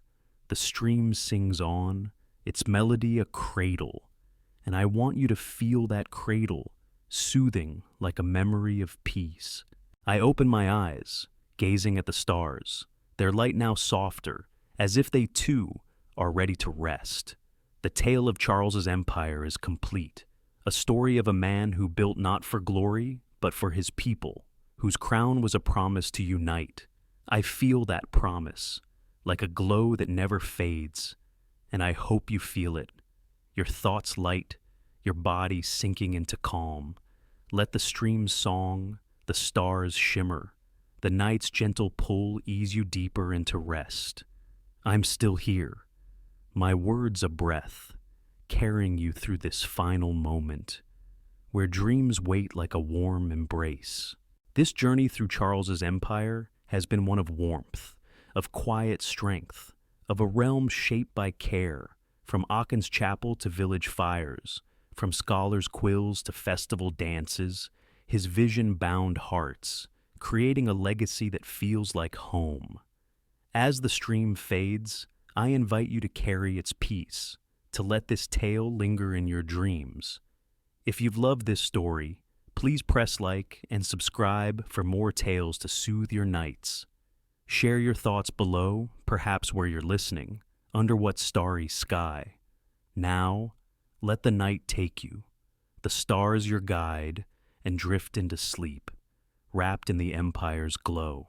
I rise slowly, my steps soft, and I walk along the stream, its waters fading into the dark. The air is cooler now, but it's gentle, like a final touch. I pause, my hand brushing the willow's branches, their leaves soft against my fingers, and I let my voice soften, my words a final whisper. Charles's tale is yours now, a dream to hold as you rest. The stars fade, but their light remains, a promise in my chest, and I'm here, guiding you into sleep, where the Empire's heart beats soft and true, pulling you gently into dreams. The story of Charles's empire is a tapestry of unity, woven with care across villages, fields, and halls, from the rise of Aachen to the monks' chants, from festival lanterns to quiet courts. Charles built a realm where every heart found a place. His wisdom, patience, faith, fairness shaped an empire that felt like a hearth, its warmth touching all. This tale, shared under starlight, carries his legacy, a dream of peace that endures. As you drift into sleep, let that peace linger, a gentle glow in your dreams. If this story soothed you, please like and subscribe for more tales to calm your nights. Share your thoughts below. Where are you resting tonight? Now, let the night cradle you and sleep deeply, wrapped in this story's warmth.